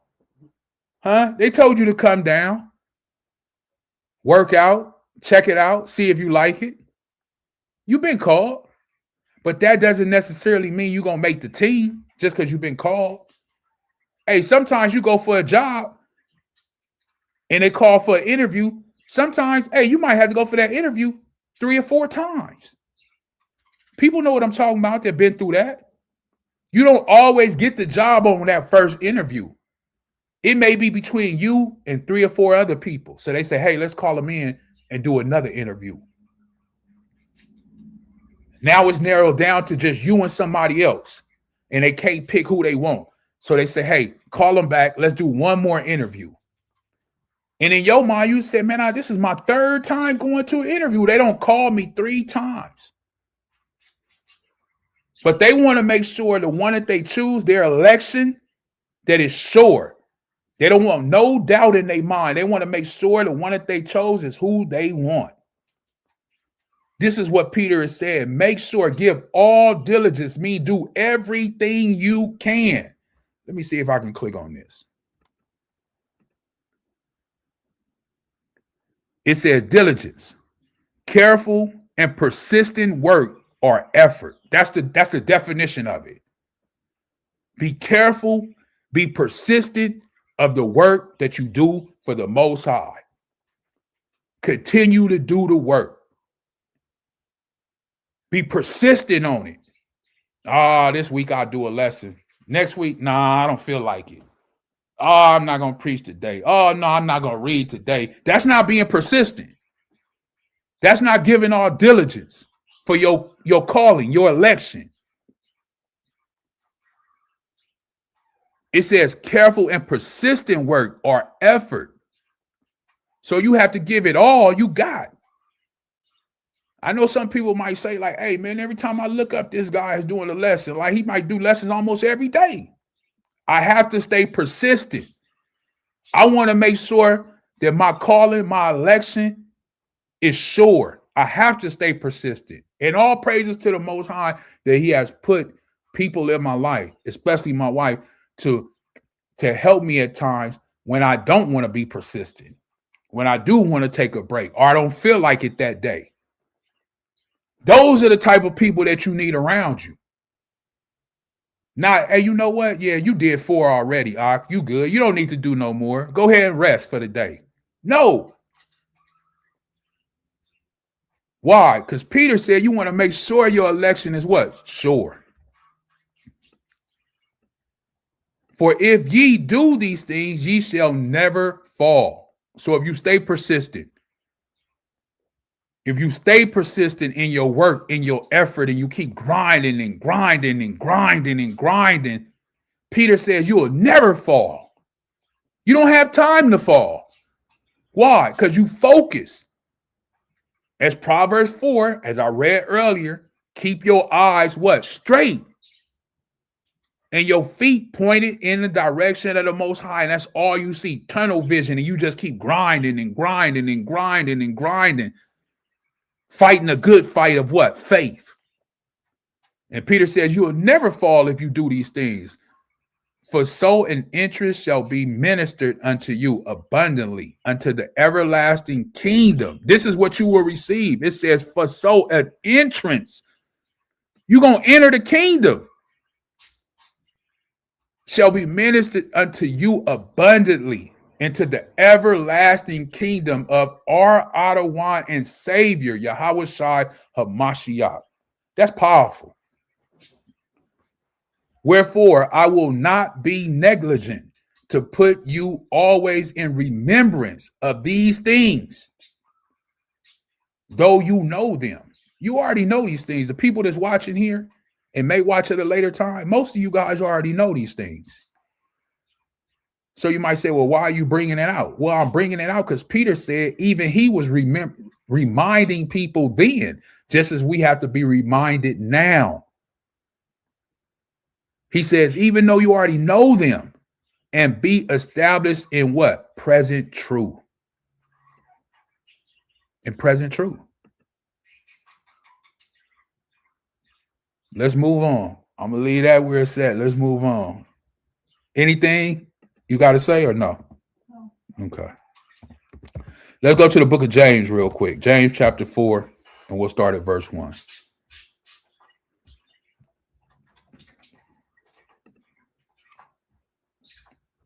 James chapter 4, turn with me there, verse 1.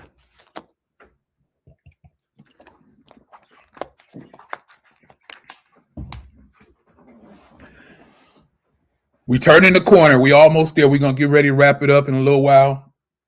We turn in that corner. James chapter 4, and I'm going to start at verse 1. It says, from whence come wars and fightings among you? Come they not hence?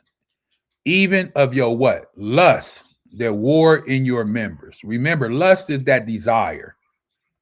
Ye lust and have not. Ye kill and desire to have. That word desire. And cannot obtain.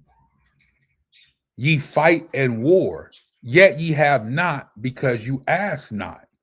You ask and receive not, because you ask amiss, that ye may consume it upon your lust. You want it, and you asking for things because they lustful. You don't want them for the Most High. You want them for your wants, your desires. Not something that's going to benefit the Most High. It says, ye adulterous, adulteresses, know ye not that the friendship of the world is enmity with the Most High? Whosoever therefore be a friend of the world is an enemy of the Most High.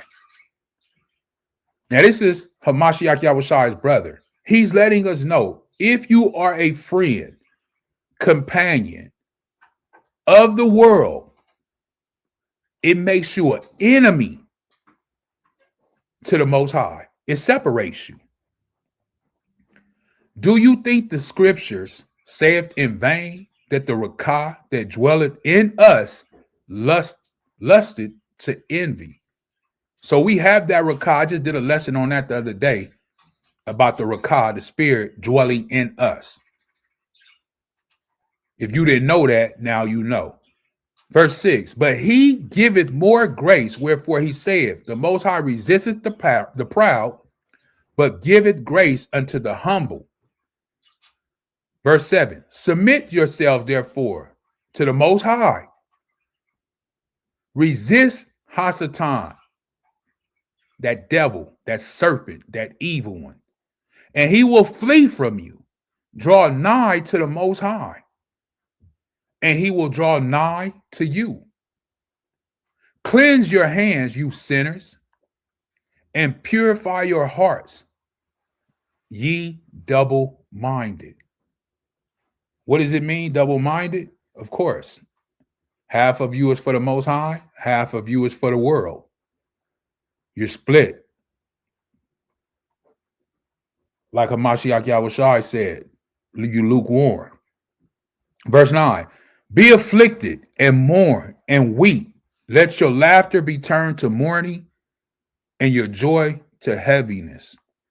Humble yourselves in the sight of Yahawah, and he shall lift you up. See, a lot of times when Christians are reading this and it just say L-O-R-D, they be thinking that it's talking about Hamashiach Yahushua, but it's talking about the Father.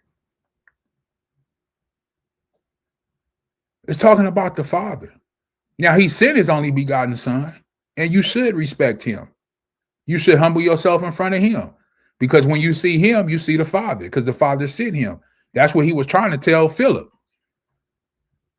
Like he told Philip, have I been here all this time and you haven't known? You can't see the Father? Like, he's in me. I'm showing you him. But Christians just be lost. They don't be, they think it's talking about Hamashiach, but it's talking about the Father. So they don't even know who they really worship. Verse 11, speak not evil one another. So we shouldn't speak about our other brethren or the Ahchyam in an evil manner or in an evil way. And it's a lot of Ahchyam out there on social media, on platforms that are bashing and putting down other Ahs. And they shouldn't do that. James says, speak not evil one of another, brethren. He that speaketh evil of his brother and judgeth his brother speaketh evil of the law. So when you see Ahchyam do these things, just know that they're speaking evil of the law, which is the word of the Most High, and judgeth what? The law. But if thou judgest the law, thou art not a doer of the law, but a judge. He says in verse 12, there is one lawgiver. One. If there's one lawgiver, and we know Hamashiach Yahushua gave the law to Moses, who did Hamashiach Yahushua get the law from? He got it from who? His Father, who is the lawgiver. There is one lawgiver who is able to save and destroy.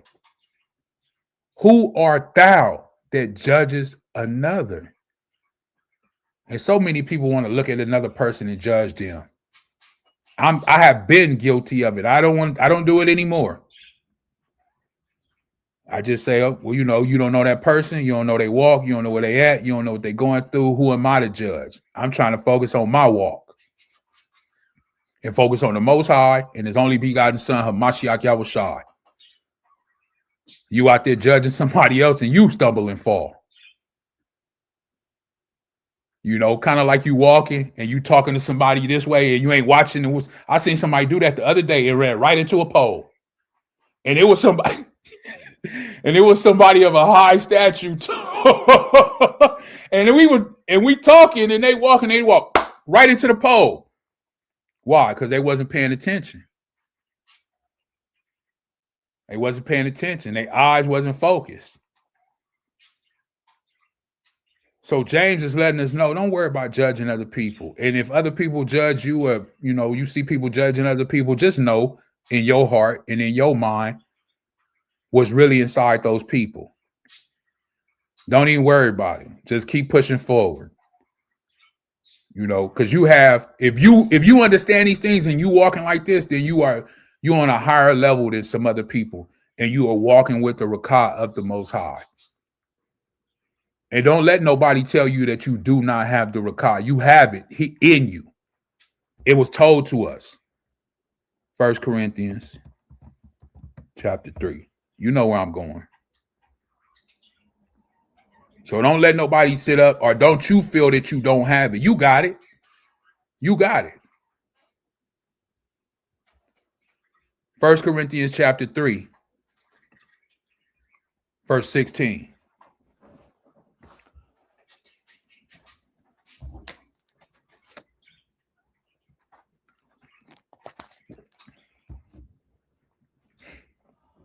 And it reads, know ye not that you are the temple of the Most High, and that the Rakah of the Most High, it dwelleth in you. So you have it. You are a temple, a building, a structure, a stone, however you want to look at it. And the Most High Spirit, his Rakah, it dwells in you, in us.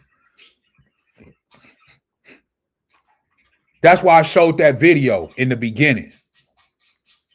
And it showed the man sitting on the corner, low, of a low degree, poor. But when the word came to him, when he was freed out of that darkness, and he remembered and realized who he was as a power in the earth, as a king in the earth, that he was sent here from the Most High,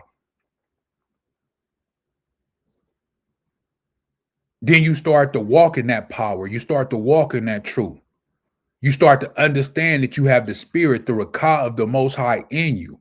And then it says in verse 17, if any man defile the temple of the Most High, him shall the Most High destroy. Now, this is why we have a judgment against us. The reason why we have a judgment against us is because we have the Spirit of the righteous one, the Most High, inside of us, which is spiritual inside of us. But in this flesh, in this body, which is earthly, mortal, physical, we do things in the body and sin against the very spirit that we have. And since we have that spirit, which is life in us, and we do things in this body that grieves the spirit, because the spirit don't want to do it. The Spirit of the Most High do not want to do it. But it's the flesh that does it. The Most High is going to judge us for what we did in this flesh against his spirit. That's where the judgment comes into play, because you grieved his spirit. You made his spirit lie. You made his spirit lay down with a man. And you a man. You made his spirit take that bribe. Some people call it the conscience. Before you do it, you thought about it and you was like, man, I'm going to just do it anyway. I need it, or I'm going to just. And something inside of you was telling you don't do it, but you did it anyway. You made the spirit do it. So that's why you're going to be judged. Because you made his spirit fall into darkness. For the temple of the Most High is what? Quadash. It's holy. Which temples you are. So Paul is trying to let us know here, hey, don't be deceived. Don't be tricked. That life force that you have in you, that's from the Most High. And that's a part of him. And even though you're here on earth in this body, man, don't get it twisted. If you do something against that spirit, that Rakah is inside of you, that's the Most High, he gonna get up with you about it. He's going to get up with you about it, and that's where the judgment comes into play. It says right here in verse 18, this is why he says, let no man deceive himself. If any among you seem to be wise in this world, let him become a fool, that he may be wise. For the wisdom of this world is foolishness. They'll tell you in this world, the Most High don't exist.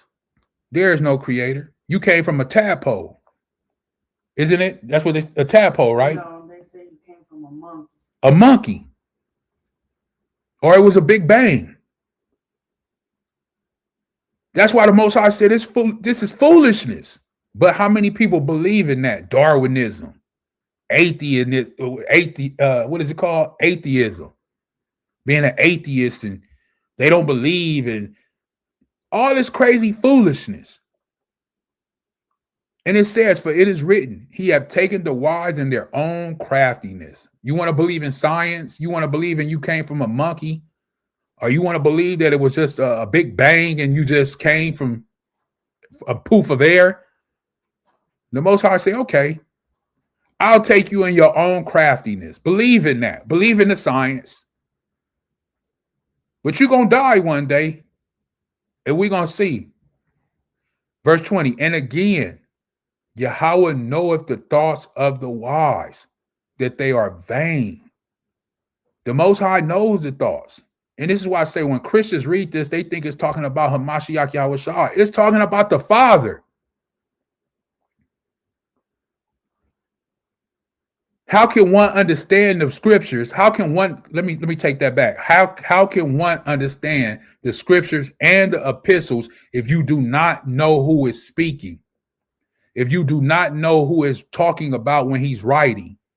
It says, and Yahawah knoweth the thoughts of the wise. It's not talking about Hamashiach, his son, that they are vain.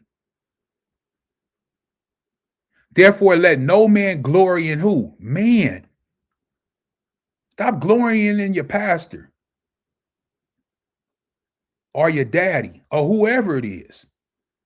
Don't glory in no man, for all things are what? Yours. Whether it's Paul, Apollos, Caiaphas, which is Peter, but it should be a K. But anyway, so he said whether it's Paul, Apollos, or Peter, or the world, or life, or death, all things present, or things to come, all of it is yours. And people always asking what camp you belong to or what this or what. Listen, I always tell people and always will, I am Hamashiach's. Why? Because it says right here, and you, the believer, you are Hamashiach's. How you going to give yourself to somebody else? How you going to pledge allegiance to a camp? How you going to pledge allegiance to a church, to some man? And you already are bought with a price. You are Hamashiach's already. And even Hamashiach belongs to somebody because it tells us right here that he belongs to who? The Most High.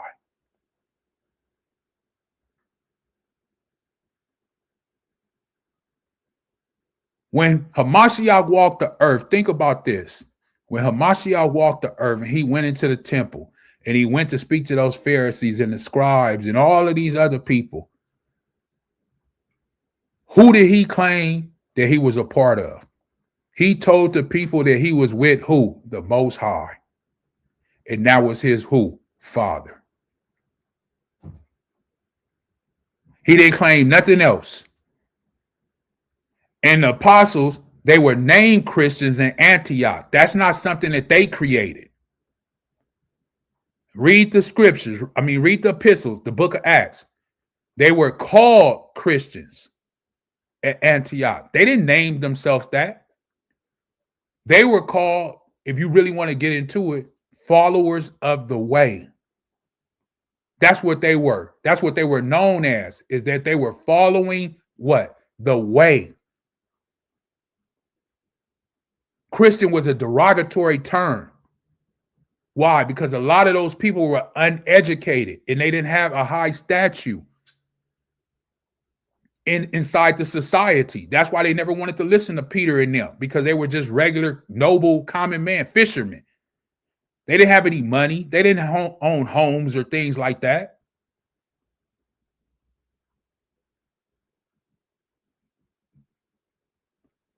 So you can't give yourself to somebody else. A lot of times I only hear in these camps and things, they want you to sign a contract and, you can't this and you can't that. Listen, man, I'm already a part of something.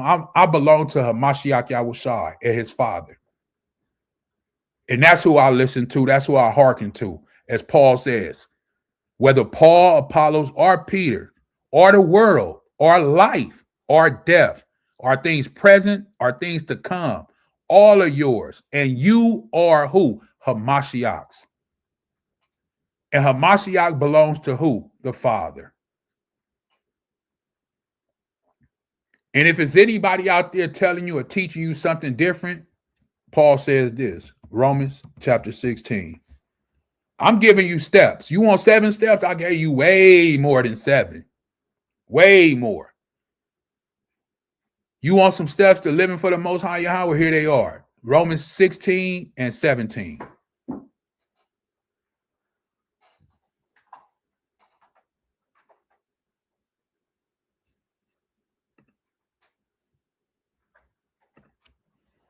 It says, now I beseech you, brethren, all of the Ahchyam out there, the Ahchwathyam out there, mark them which cause divisions and offices contrary to the doctrine which ye have learned, and avoid them.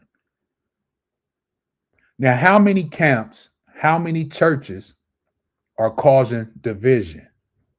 What does division mean? To be separated, correct? Is that not the correct term? Let me see.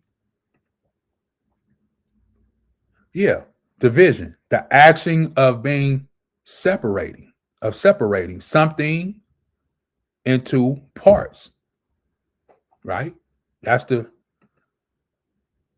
Are we supposed to be one? We all believe in Hamashiach Yahushai. We all believe in the Father, the Ancient of Days. So why are we separate? Why is there HOI? Why is there WFI? Why is there AOC? Why is there so many different sections, even in Christianity? Why is there a Baptist church? Why is there a Methodist church? Why is there a Presbyterian church? Why is there Jehovah's Witnesses? Why is there non-denomination? What is that? Those are divisions. Paul said to mark them. So when somebody come up to you and they say, hey, I'm a Jehovah's Witness, you mark that person. What do you mean? Hey, I'm a Presbyterian. You mark them. What do you mean you are this? Are you not a believer in Hamashiach? That's what you should say. That's all you are. You are a believer in the only begotten Son, Hamashiach Yahushai, and the Father, which sent his only begotten Son, Yahawah. That's who you are. And that's how you should reply to someone. And let me tell you, I've been through it. They've asked me many times, who are you a part of? I say, Hamashiach Yahushai. They say, who do you learn under? I say, or who taught you? I say, Hamashiach Yahushai. They say, yeah, I know that. So they push that to the side.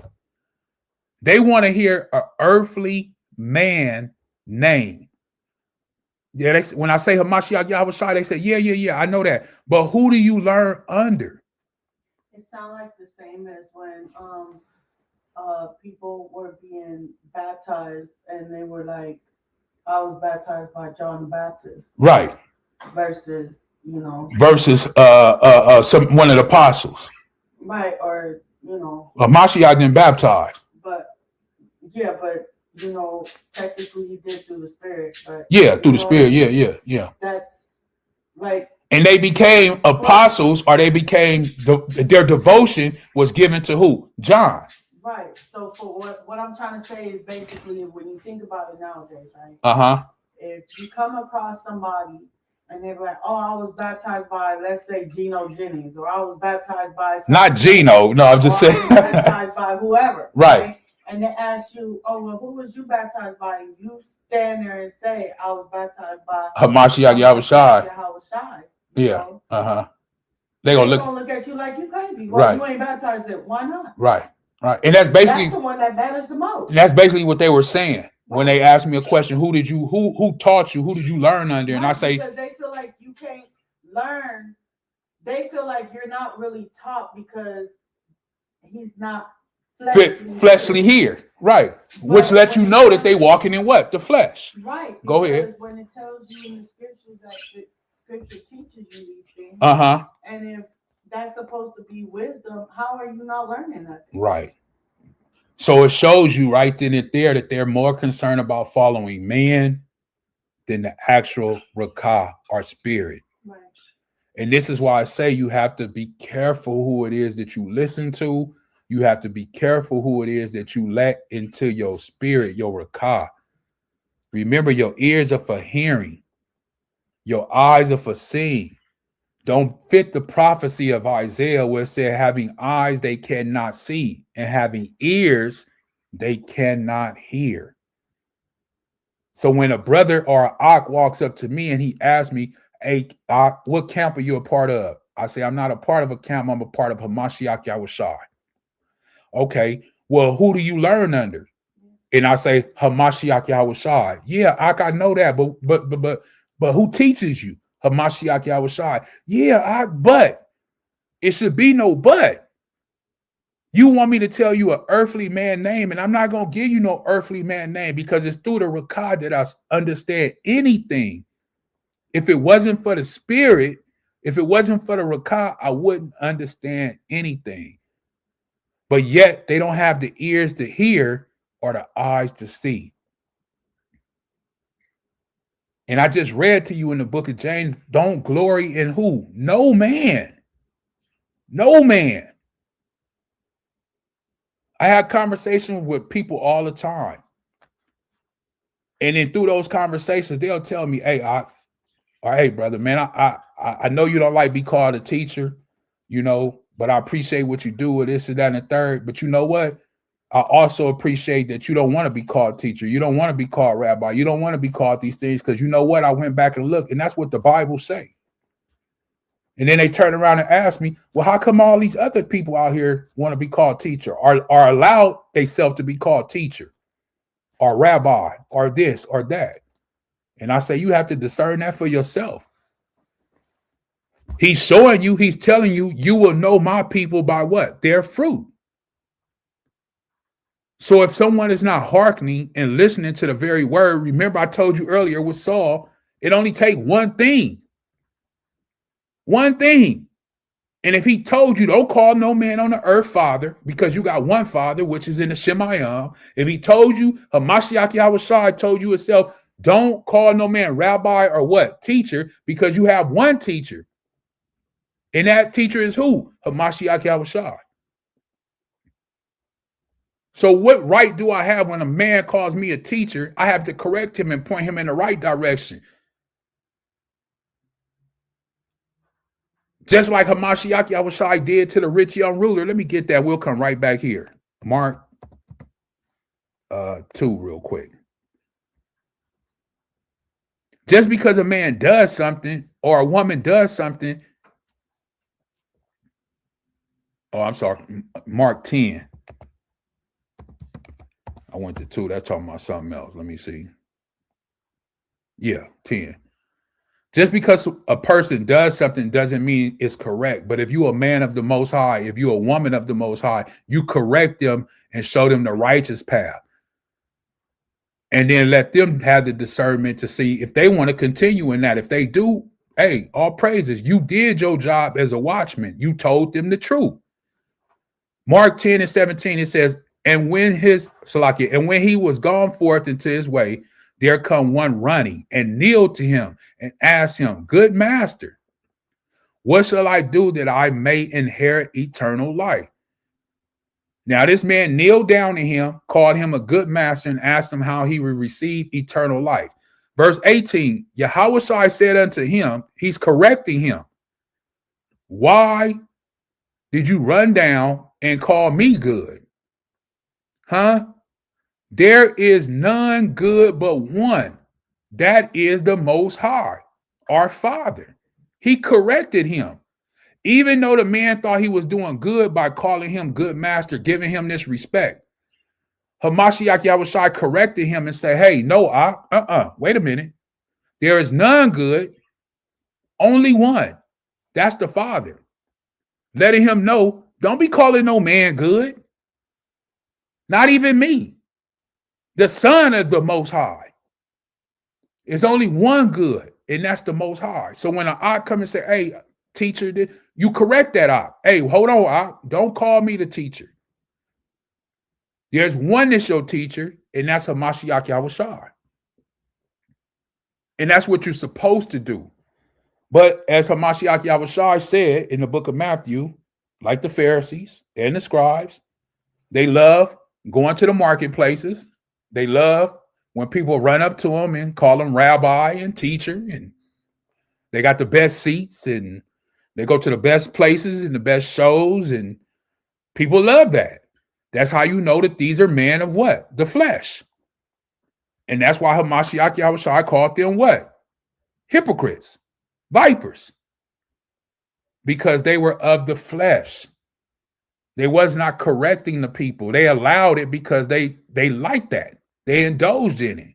They like being held on a pedestal as teacher and rabbi and this and that. It made them feel good. And it also made the people that was giving those or saying those things, it made them feel good that they can go to that teacher. They can go to that rabbi. But I'll always say, before you go to a man and ask anything, you go to who? The Most High. And you pray to the Most High in his only begotten Son's name for that petition, that the Son of the Most High may take it to the Most High and present it to him, because he's on the right hand. So before he gave him the rundown of the commandments and all those things, the first thing he did was correct him and let him know that there's none good but one. And as Paul said, if men are not doing this and they're not telling you this and teaching you this, Paul says, listen, brother, Ahchyam, Ahchwathyam, mark them. That cause what? Divisions. That's a division between you, the Most High, and his Son. And those offenses, that's an offense when you call a man on earth teacher or father, because Hamashiach told you don't do it. This contrary to the doctrine which you have learned. And it says avoid them. And people ain't doing it. But you should be avoiding these men. If they don't correct you when you say something like that, man, you should mark that person and say, hey, you know what? I ain't even going to say you should do it just to see what happened or just to see what an Ak would do, because that would be what? Trickery, deceivery. So don't do that. But I know this has happened to people and they haven't corrected you. But anyway, Paul says to mark them and avoid them. Verse 18. For they that are such serve not our master or Yahawah, Yahawah Hamashiach. And that's what you have to realize. So if you don't mark them and you stay hanging out with them, or you stay like, oh, that's my teacher, that's who I learned under, that's who I and you think about all the caps that say that stuff, especially GMS, Great Millstone, or I'm under elder such and such, or I'm under this and such, man, okay. All right. Anyway, verse 18 says, for they that are such serve not our Yahawah, Yahawah Hamashiach, but their own belly. And by good words and fair speeches deceive the hearts of who? The simple. Those people that don't understand this and do these things, they're simple. And they're being deceived by pretty long speeches. And all you're doing is serving their belly, making them rich, making them fat. Verse 19, for your obedience is come abroad unto all men. Notice he's telling these people that they have been what? Obedient. Go all the way back in the lesson, the 1 Samuel. What did he say? Obedience, obeying is better than sacrifice. I am glad, therefore, on your behalf, but yet I would have you know, or so like I would have you wise unto that which is good and simple concerning what? Evil. That stuff that I just talked about, I'm not going to repeat it. It's evil. And the Most High of peace, the Elohim of peace, shall bruise Hasatan under your feet shortly. Shortly, the grace of our Adawan, Yahawah Mashiach, be with you, Amawah. I hope you understand that. You know, it's a lot of people in their mind, they have doubt. about certain things. Let's go to James real quick again, but just to speak about this doubt as we get ready to wrap it up here. James chapter 1, verse 5. It says, if any lack wisdom, let him ask the Most High that giveth to all men liberally and upbraideth not, and it shall be given him. But let him ask in faith, not wavering. For he that wavereth is like a wave of the sea, driven with the wind and tossed. For let not that man think that he shall receive anything of who? The Most High. A double-minded man is unstable in all his ways. So if you're not going to come to serve the Most High completely, then just don't do it. All these steps, these things that I brought out, and all of the Ahchyam out here in the world bring out, listen, if you're not going to really do it, then just don't do it. Just stay where you at. Before I came into the truth, years ago, we went to a comedy club. And this comedian was on the stage. And I had no idea about the Bible or anything. Of course, I knew there was a Bible, but I had never read it. And this comedian was on the stage and he said, man, that Bible is a crazy thing. He said, when you open up that Bible and read it, you'll never be the same again. And everybody laughed and chuckled. And I laughed, but I didn't understand what he really meant. But I'm here to say today, years and years later, if you open up the word of the Most High, you'll never be the same. And I mean, if you truly open it up, which lets you know all those people that just purchased the Bible and have a Bible in their home and it's sitting on the shelf and they don't read it, got dust all over it, they don't take heed. It lets you know that what? They're double-minded. There's doubt in their mind. They have drifted off the path. They've drifted off the way. Let me go here. Once again, let me just say this as I go here. I'm going to read this, and I always encourage people, get a hold of the 66 or the 80. You don't have a good foundation in that, just don't jump into other things, right? But if you have a good foundation and you feel like you're solid, you're stable on the rock, on the solid foundation, all praises be to the Most High.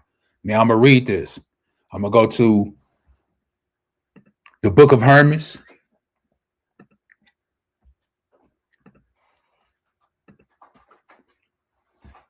It's actually called the, let me see.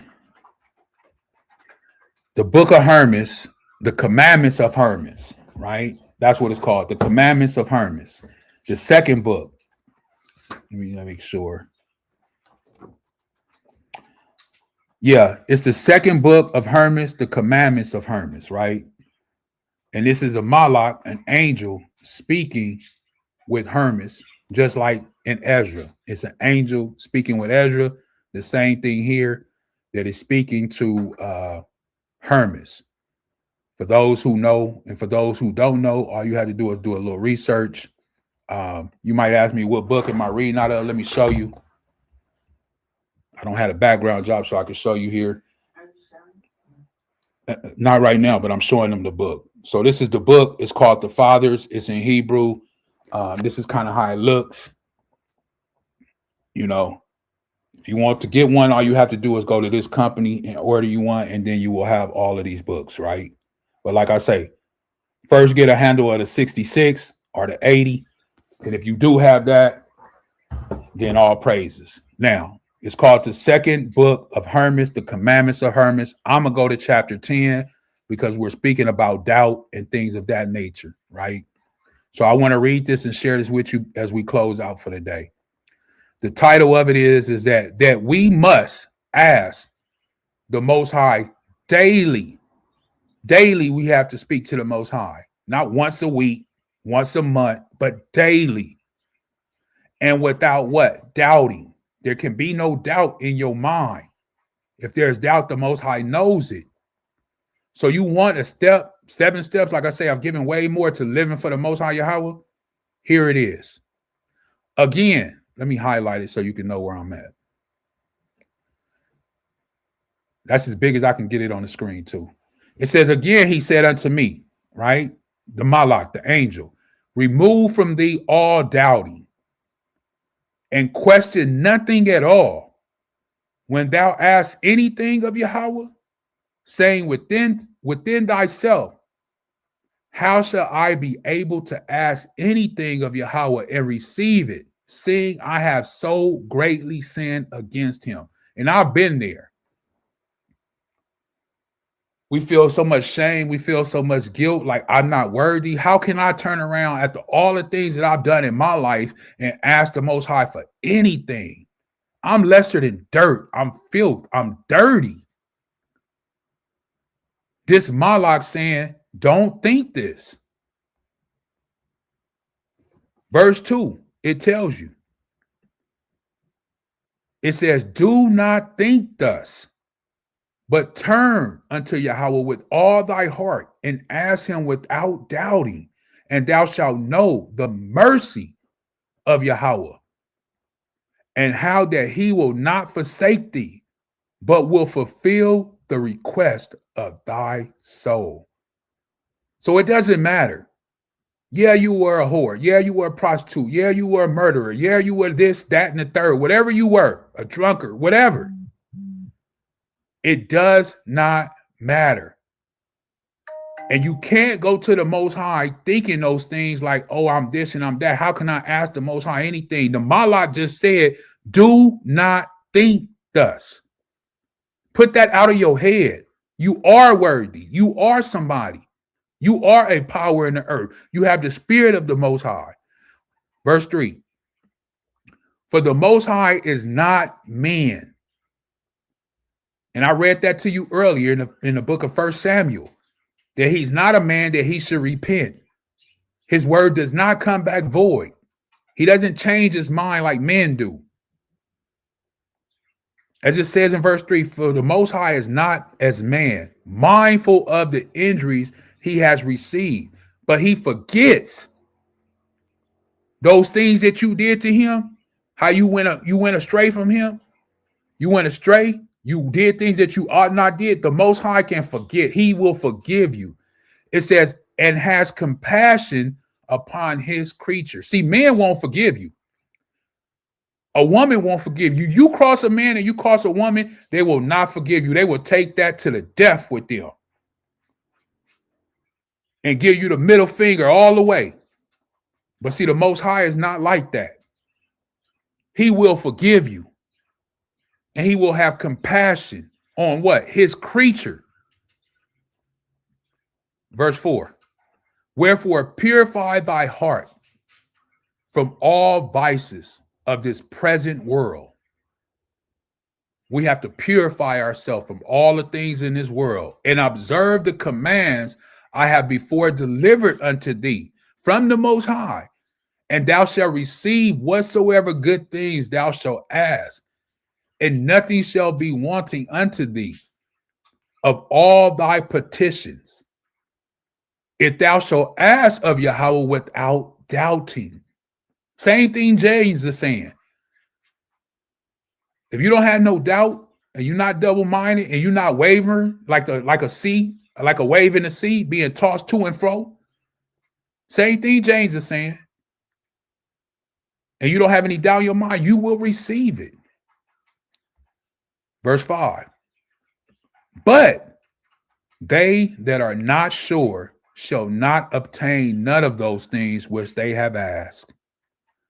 For they that are full of faith ask all things with confidence and receive from Yahawah, because they ask without doubting. But he that doubts shall hardly live to the Most High, except he repent. See, when you doubt, the Most High know you don't fully believe in him. Give me one story, and I know she gonna say it. Give me one story in the New Testament when somebody doubted the Most High. Go ahead, say it. I want you to say it. Doubting Thomas. Who? Doubting Thomas. Doubting Thomas. I ain't gonna believe until I put my finger in his side. And when Hamashiach Yahweh showed up, what did he say? What did he call him? Doubting Thomas. Oh, Thomas, thou of what? Little faith. Ye of little faith. Why? Because he doubted. He didn't believe. He didn't have faith, which is a sin. Verse 6, wherefore purify thy heart from doubting and put on faith and trust in the Most High, and thou shalt receive all that thou shalt ask. But if thou shouldest chance to ask somewhat and not immediately receive it. So if you ask for something and it doesn't happen and you don't receive it, yet do not therefore doubt. If you don't receive it, still don't doubt in your mind, because thou hast not presently received thy petition of thy soul. Don't let doubt enter just because you didn't receive it. For it may be that thou shalt not presently receive it for thy trial. So you might ask for something and then you might not receive it. But you didn't receive it because the Most High felt you didn't deserve it, or the trial that he has you under, you can't get that right now. Or it says right here, or else for some sin which thou knowest not. Maybe a sin that you going to commit, or maybe a sin that you already committed, that you won't receive what you asked for. But do not leave off to ask. Still ask the Most High, and then thou shalt receive. Else, if thou shalt cease to ask, thou must complain of thyself and not of the Most High, that he has not given unto thee what thou didst desire. So you can't blame the Most High if you never asked for it. You can't turn around and say, well, the Most High didn't give. Well, you never asked for it. You doubted before you even asked. You just thought to yourself that he wasn't going to give it to you. It says in verse 8, consider therefore this doubting, how cruel and pernicious it is, and how it utterly roots out many from the faith who were very faithful and firm. That's why I said, be careful who you listen to. Some men are just out there to put doubt inside your head about Hamashiach Yahushua, about the Bible. Oh, it's not real. Oh, don't believe that. Oh, that ain't gonna really happen. That's the same thing that what the serpent did to what? Eve and Adam. Did the Most High say you was gonna die? He know you not gonna die. For in the day that you eat from it, you will become like him. He put doubt inside of her mind. Then she started to doubt, well, maybe I won't die. Maybe I will be like the Most High. And then she started to what? Desire that tree. There came lust, and that's how sin entered the world. So consider therefore this doubting, how cruel and pernicious it is, and how it utterly roots out many from faith, who were very faithful and firm. For this doubting is the daughter of Ahchwathyam, and deals very wickedly with the servants of the Most High. Despise it, therefore, and thou shalt rule over it on every occasion, and put on a firm and powerful faith. Right? It speaks about that in the book of what? Ephesians. Put on what? The whole armor. Right? The whole armor. Put on a firm and powerful faith. For faith promises all things and perfects all things. But doubting will not believe, and it shall obtain anything. So if you doubt, you won't obtain anything. By all that I can do, thou seest, therefore, says.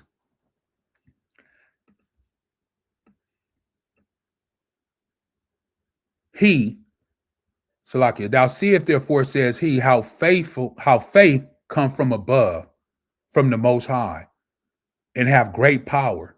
But doubting is an earthly rakah, and proceeded forth from Hasatan, and have no strength. So when a person doubts, that lets you know that that's that evil one, the devil, the serpent, Satan, Hasatan, he has entered inside of you.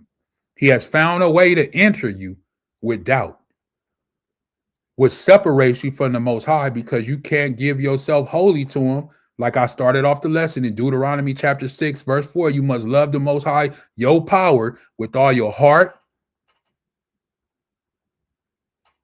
all your soul, and all your might. And if you got doubt inside of you, you can't do that. Why? Because this serpent, Hasatan, has entered inside of you. And it's an earthly thing, as it says. That's an earthly rakah, earthly spirit that has entered inside of you to what? Separate you from the Most High. Verse 11, last verse. Do thou for keep the virtue of faith and depart from doubting, in which is no virtue. And remember, in Peter, we read it, 2 Peter chapter 1. I started at verse 4 all the way down, right, to 11. What did Peter say put on? Virtue. That was one of the first things that he said put on. Virtue, knowledge. And with that, he says you will be what? Not barren, and you won't be unfruitful. So Hermes is telling us, the Malak is telling us the same thing. Do therefore keep the virtue of faith and depart from doubting, in which is no virtue, and thou shalt live unto the Most High, and all shall live unto the Most High, as many as do these things. And if you haven't read the book of Hermes, the second book with the commandments, I encourage you to go read it. It's a lot of information in there. At this time, I'm going to just stop, because I can go on and on and on, but I'm going to stop on there. But it's a lot of information there if you have not read it, Once again, I encourage you to read it. But for those who are learned and feel like they're on a solid foundation, okay? I got one more and then I'll close out. Let me go to the book of Matthew real quick, since we spoke about this, about the faith and doubting, right? And this is what Hamashiach Yahawah had to say. Matthew chapter 14. And I'm not going to read this whole thing. I'm going to just get straight to the meat of it because we're wrapping up. 14. I just go to 31, go right to the meat of it. This is Peter getting out the boat, going to walk on water, right?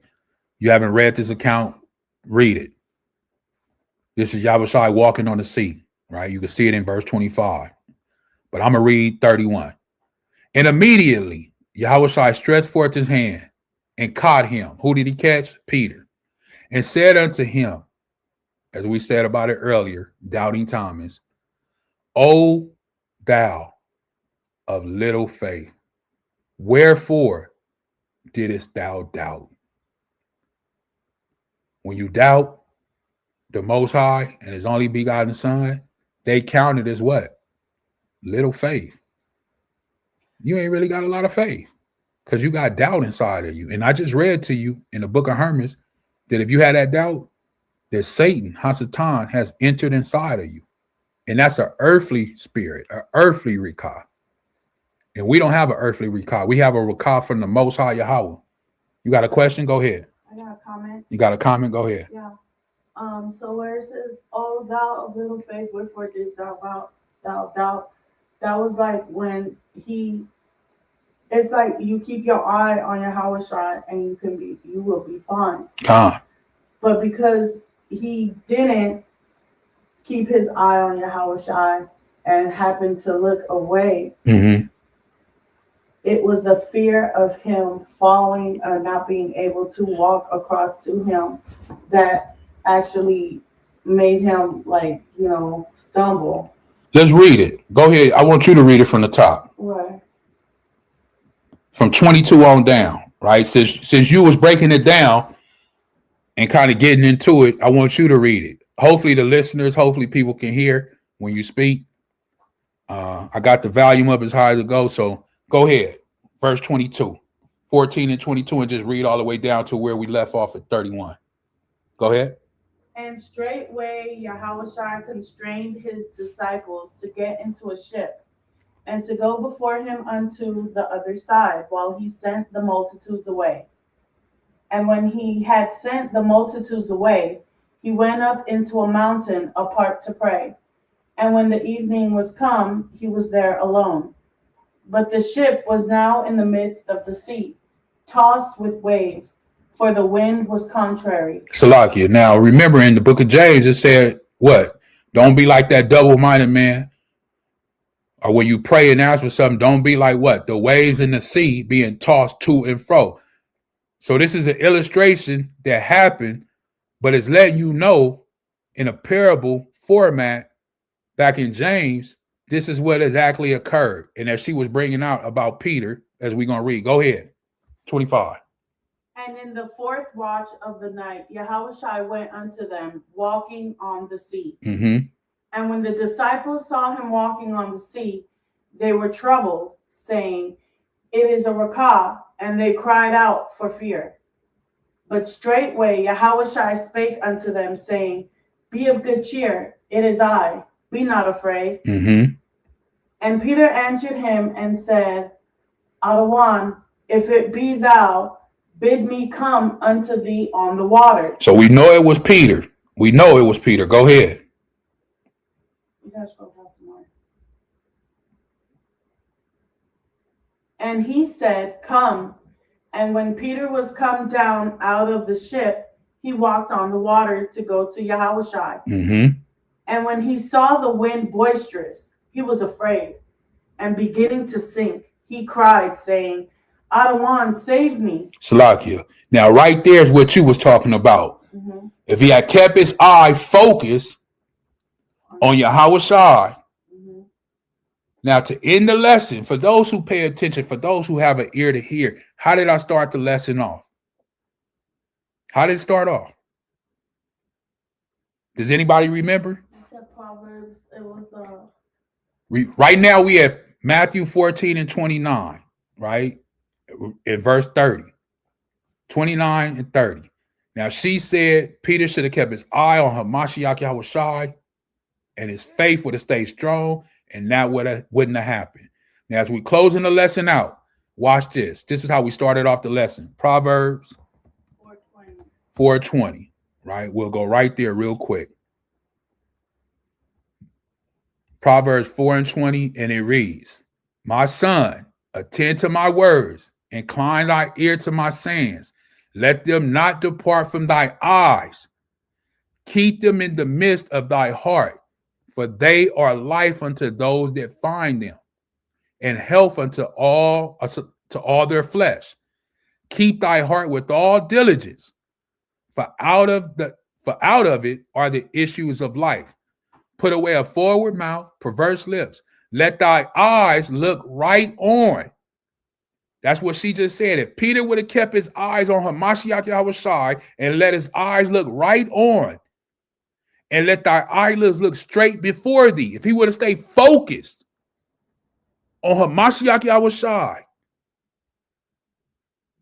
and let his ponder the path of thy feet. I'm walking to her Mashiach Yahawah on the water, and let all thy ways be established. So as she said, if he would have kept his eyes on her Mashiach, stay focused, this would have never happened. in the last verse, 27. Oh, I missed one? Well, let me get 27. I'll go back. Hold on. She said, I missed one. 27. Yeah. Let me blow it up. 27. And then it reads, turn not to the right hand, nor to the left. Meaning, as he was walking on that water, an example as she gave, he started to look at what? The waves. How they was crashing and things. He took his eye off of her Mashiach Yahawah. And what entered him? What got into him? Fear. Fear. When he was focused on the Mashiach Yahawah, he didn't have that fear. He asked, because listen, he knew the waves was crashing and everything was going on before he even asked Mashiach Yahawah, if it's you, bid me to come to you. And he said, come on. Come on. He knew what he was getting into before he even stepped off the boat. And then he stepped off and started walking, and then something happened. He must have heard something happen, and he took his eye off of Mashiach Yahawah. And next thing you know, he going into the water, and he said, Ahchwathyam, save me, save me. And in that instance, Hamashiach said, man, dang, you got a little bit of faith. You got doubt inside you. You got that earthly spirit on you. That evil went, it said, remove thy foot from evil. So when he did that, it was like he allowed that evil to enter. Evil spirit of fear to get into him. Which is an earthly spirit, and he doubted, and that was Satan. That was Ahchwathyam. That's all it took right then and there. And he's standing in front of Hamashiach. So if it could happen to Peter, it could definitely happen to you. Turn not to the right hand, nor to the left. Remove thy foot from what? Evil.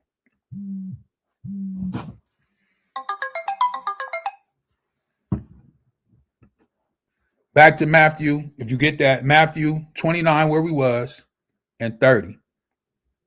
Right? Go ahead. But when he saw the wind boisterous, he was afraid and beginning to sink. He cried, saying, Shalawam, save me. And immediately Yahawah stretched forth his hand and caught him and said unto him, O thou of little faith, wherefore didst thou doubt? Now, with all that said in the book of Hermas that I read, letting you know that doubt comes from what? Earth. It's an earthly rakah. It's an earthly spirit. And it comes from who? Ahchwathyam and Satan. All throughout the Bible, all throughout the New Testament and epistles is telling you, even Hamashiach Yahawah out his own mouth is telling you, when you doubt, you don't have that faith that you should have. You have a little faith. That means Satan, Ahchwathyam, can enter inside of you and destroy what little faith that you have. And this is why he told Peter this. And remember, Peter is the rock of the church. This is who he left the body to, Peter.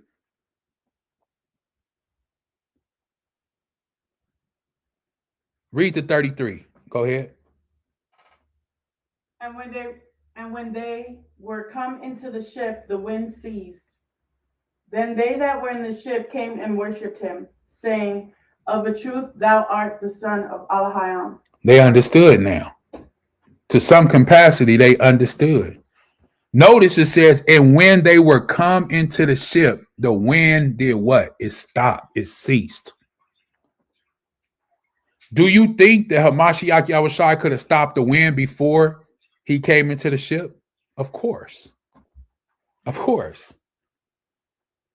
But it was a lesson not only for Peter, but for the other apostles that seen this.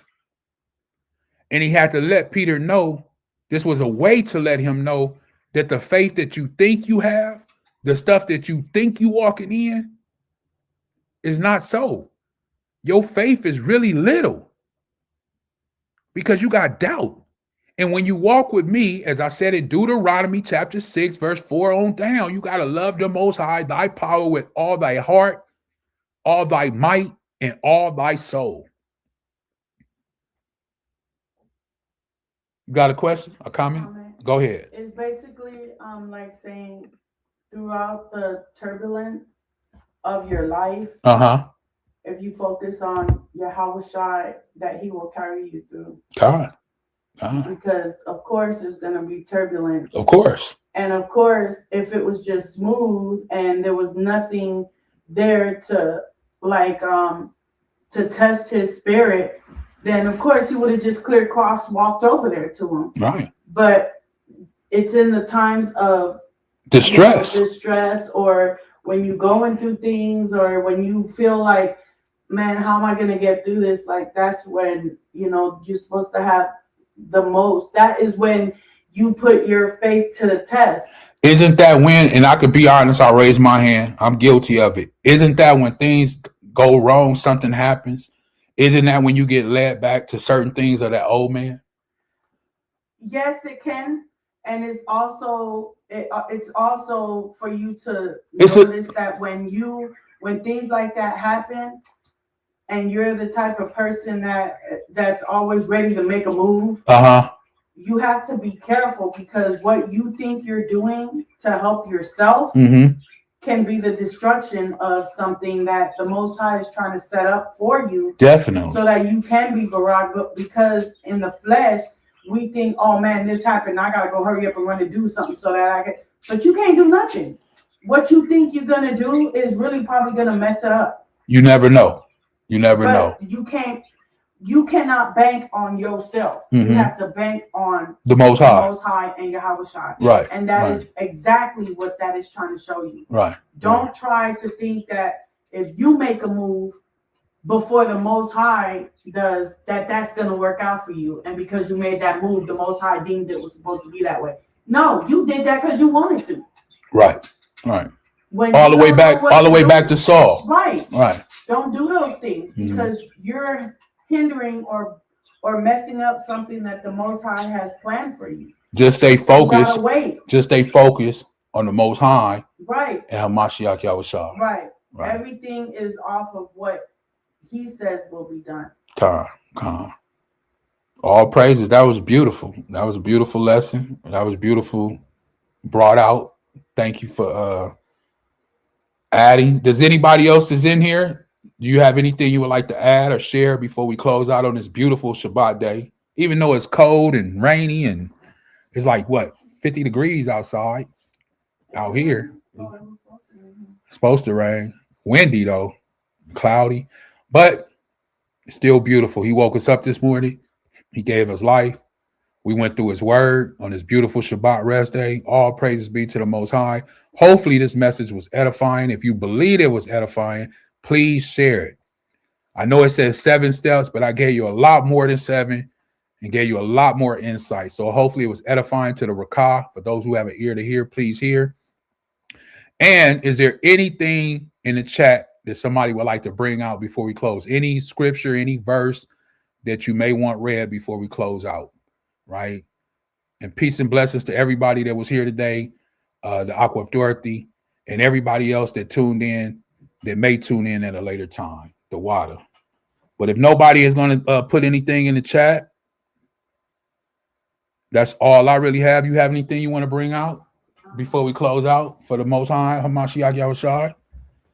What's beautiful about, what you said in Matthew 14 and 31, about him walking on the water and how he lost sight in that doubt, and, be careful. Just put your trust in the Most High and let him guide you. Let him maneuver everything for you, because he can work it out. You got anything? Hold on. She said, hold on. She might be trying to find something, right? Might be trying to find something.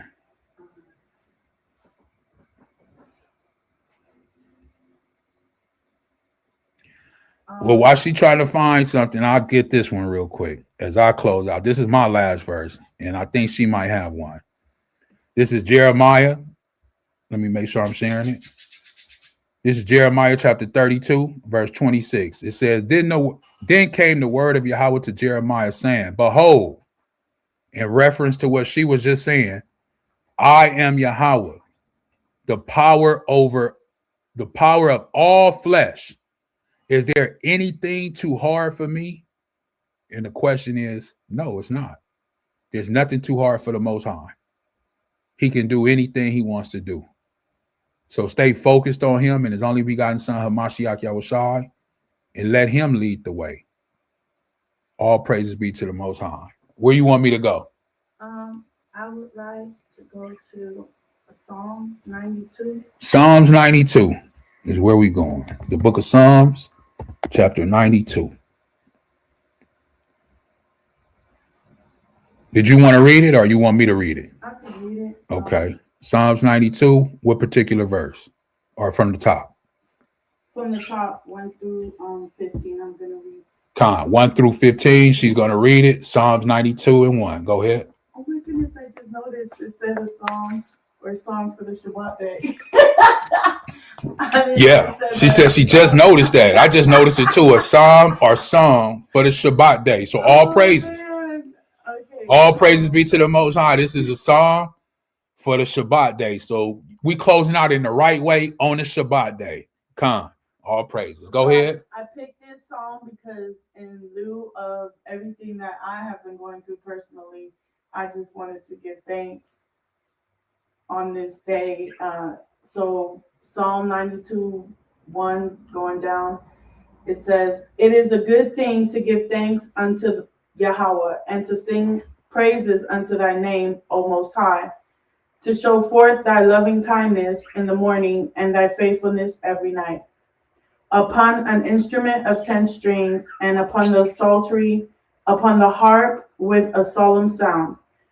For thou, Yahawah, hast made me glad through thy work. I will triumph in the works of thy hands. O Yahawah, how great are thy works, and thy thoughts are very deep.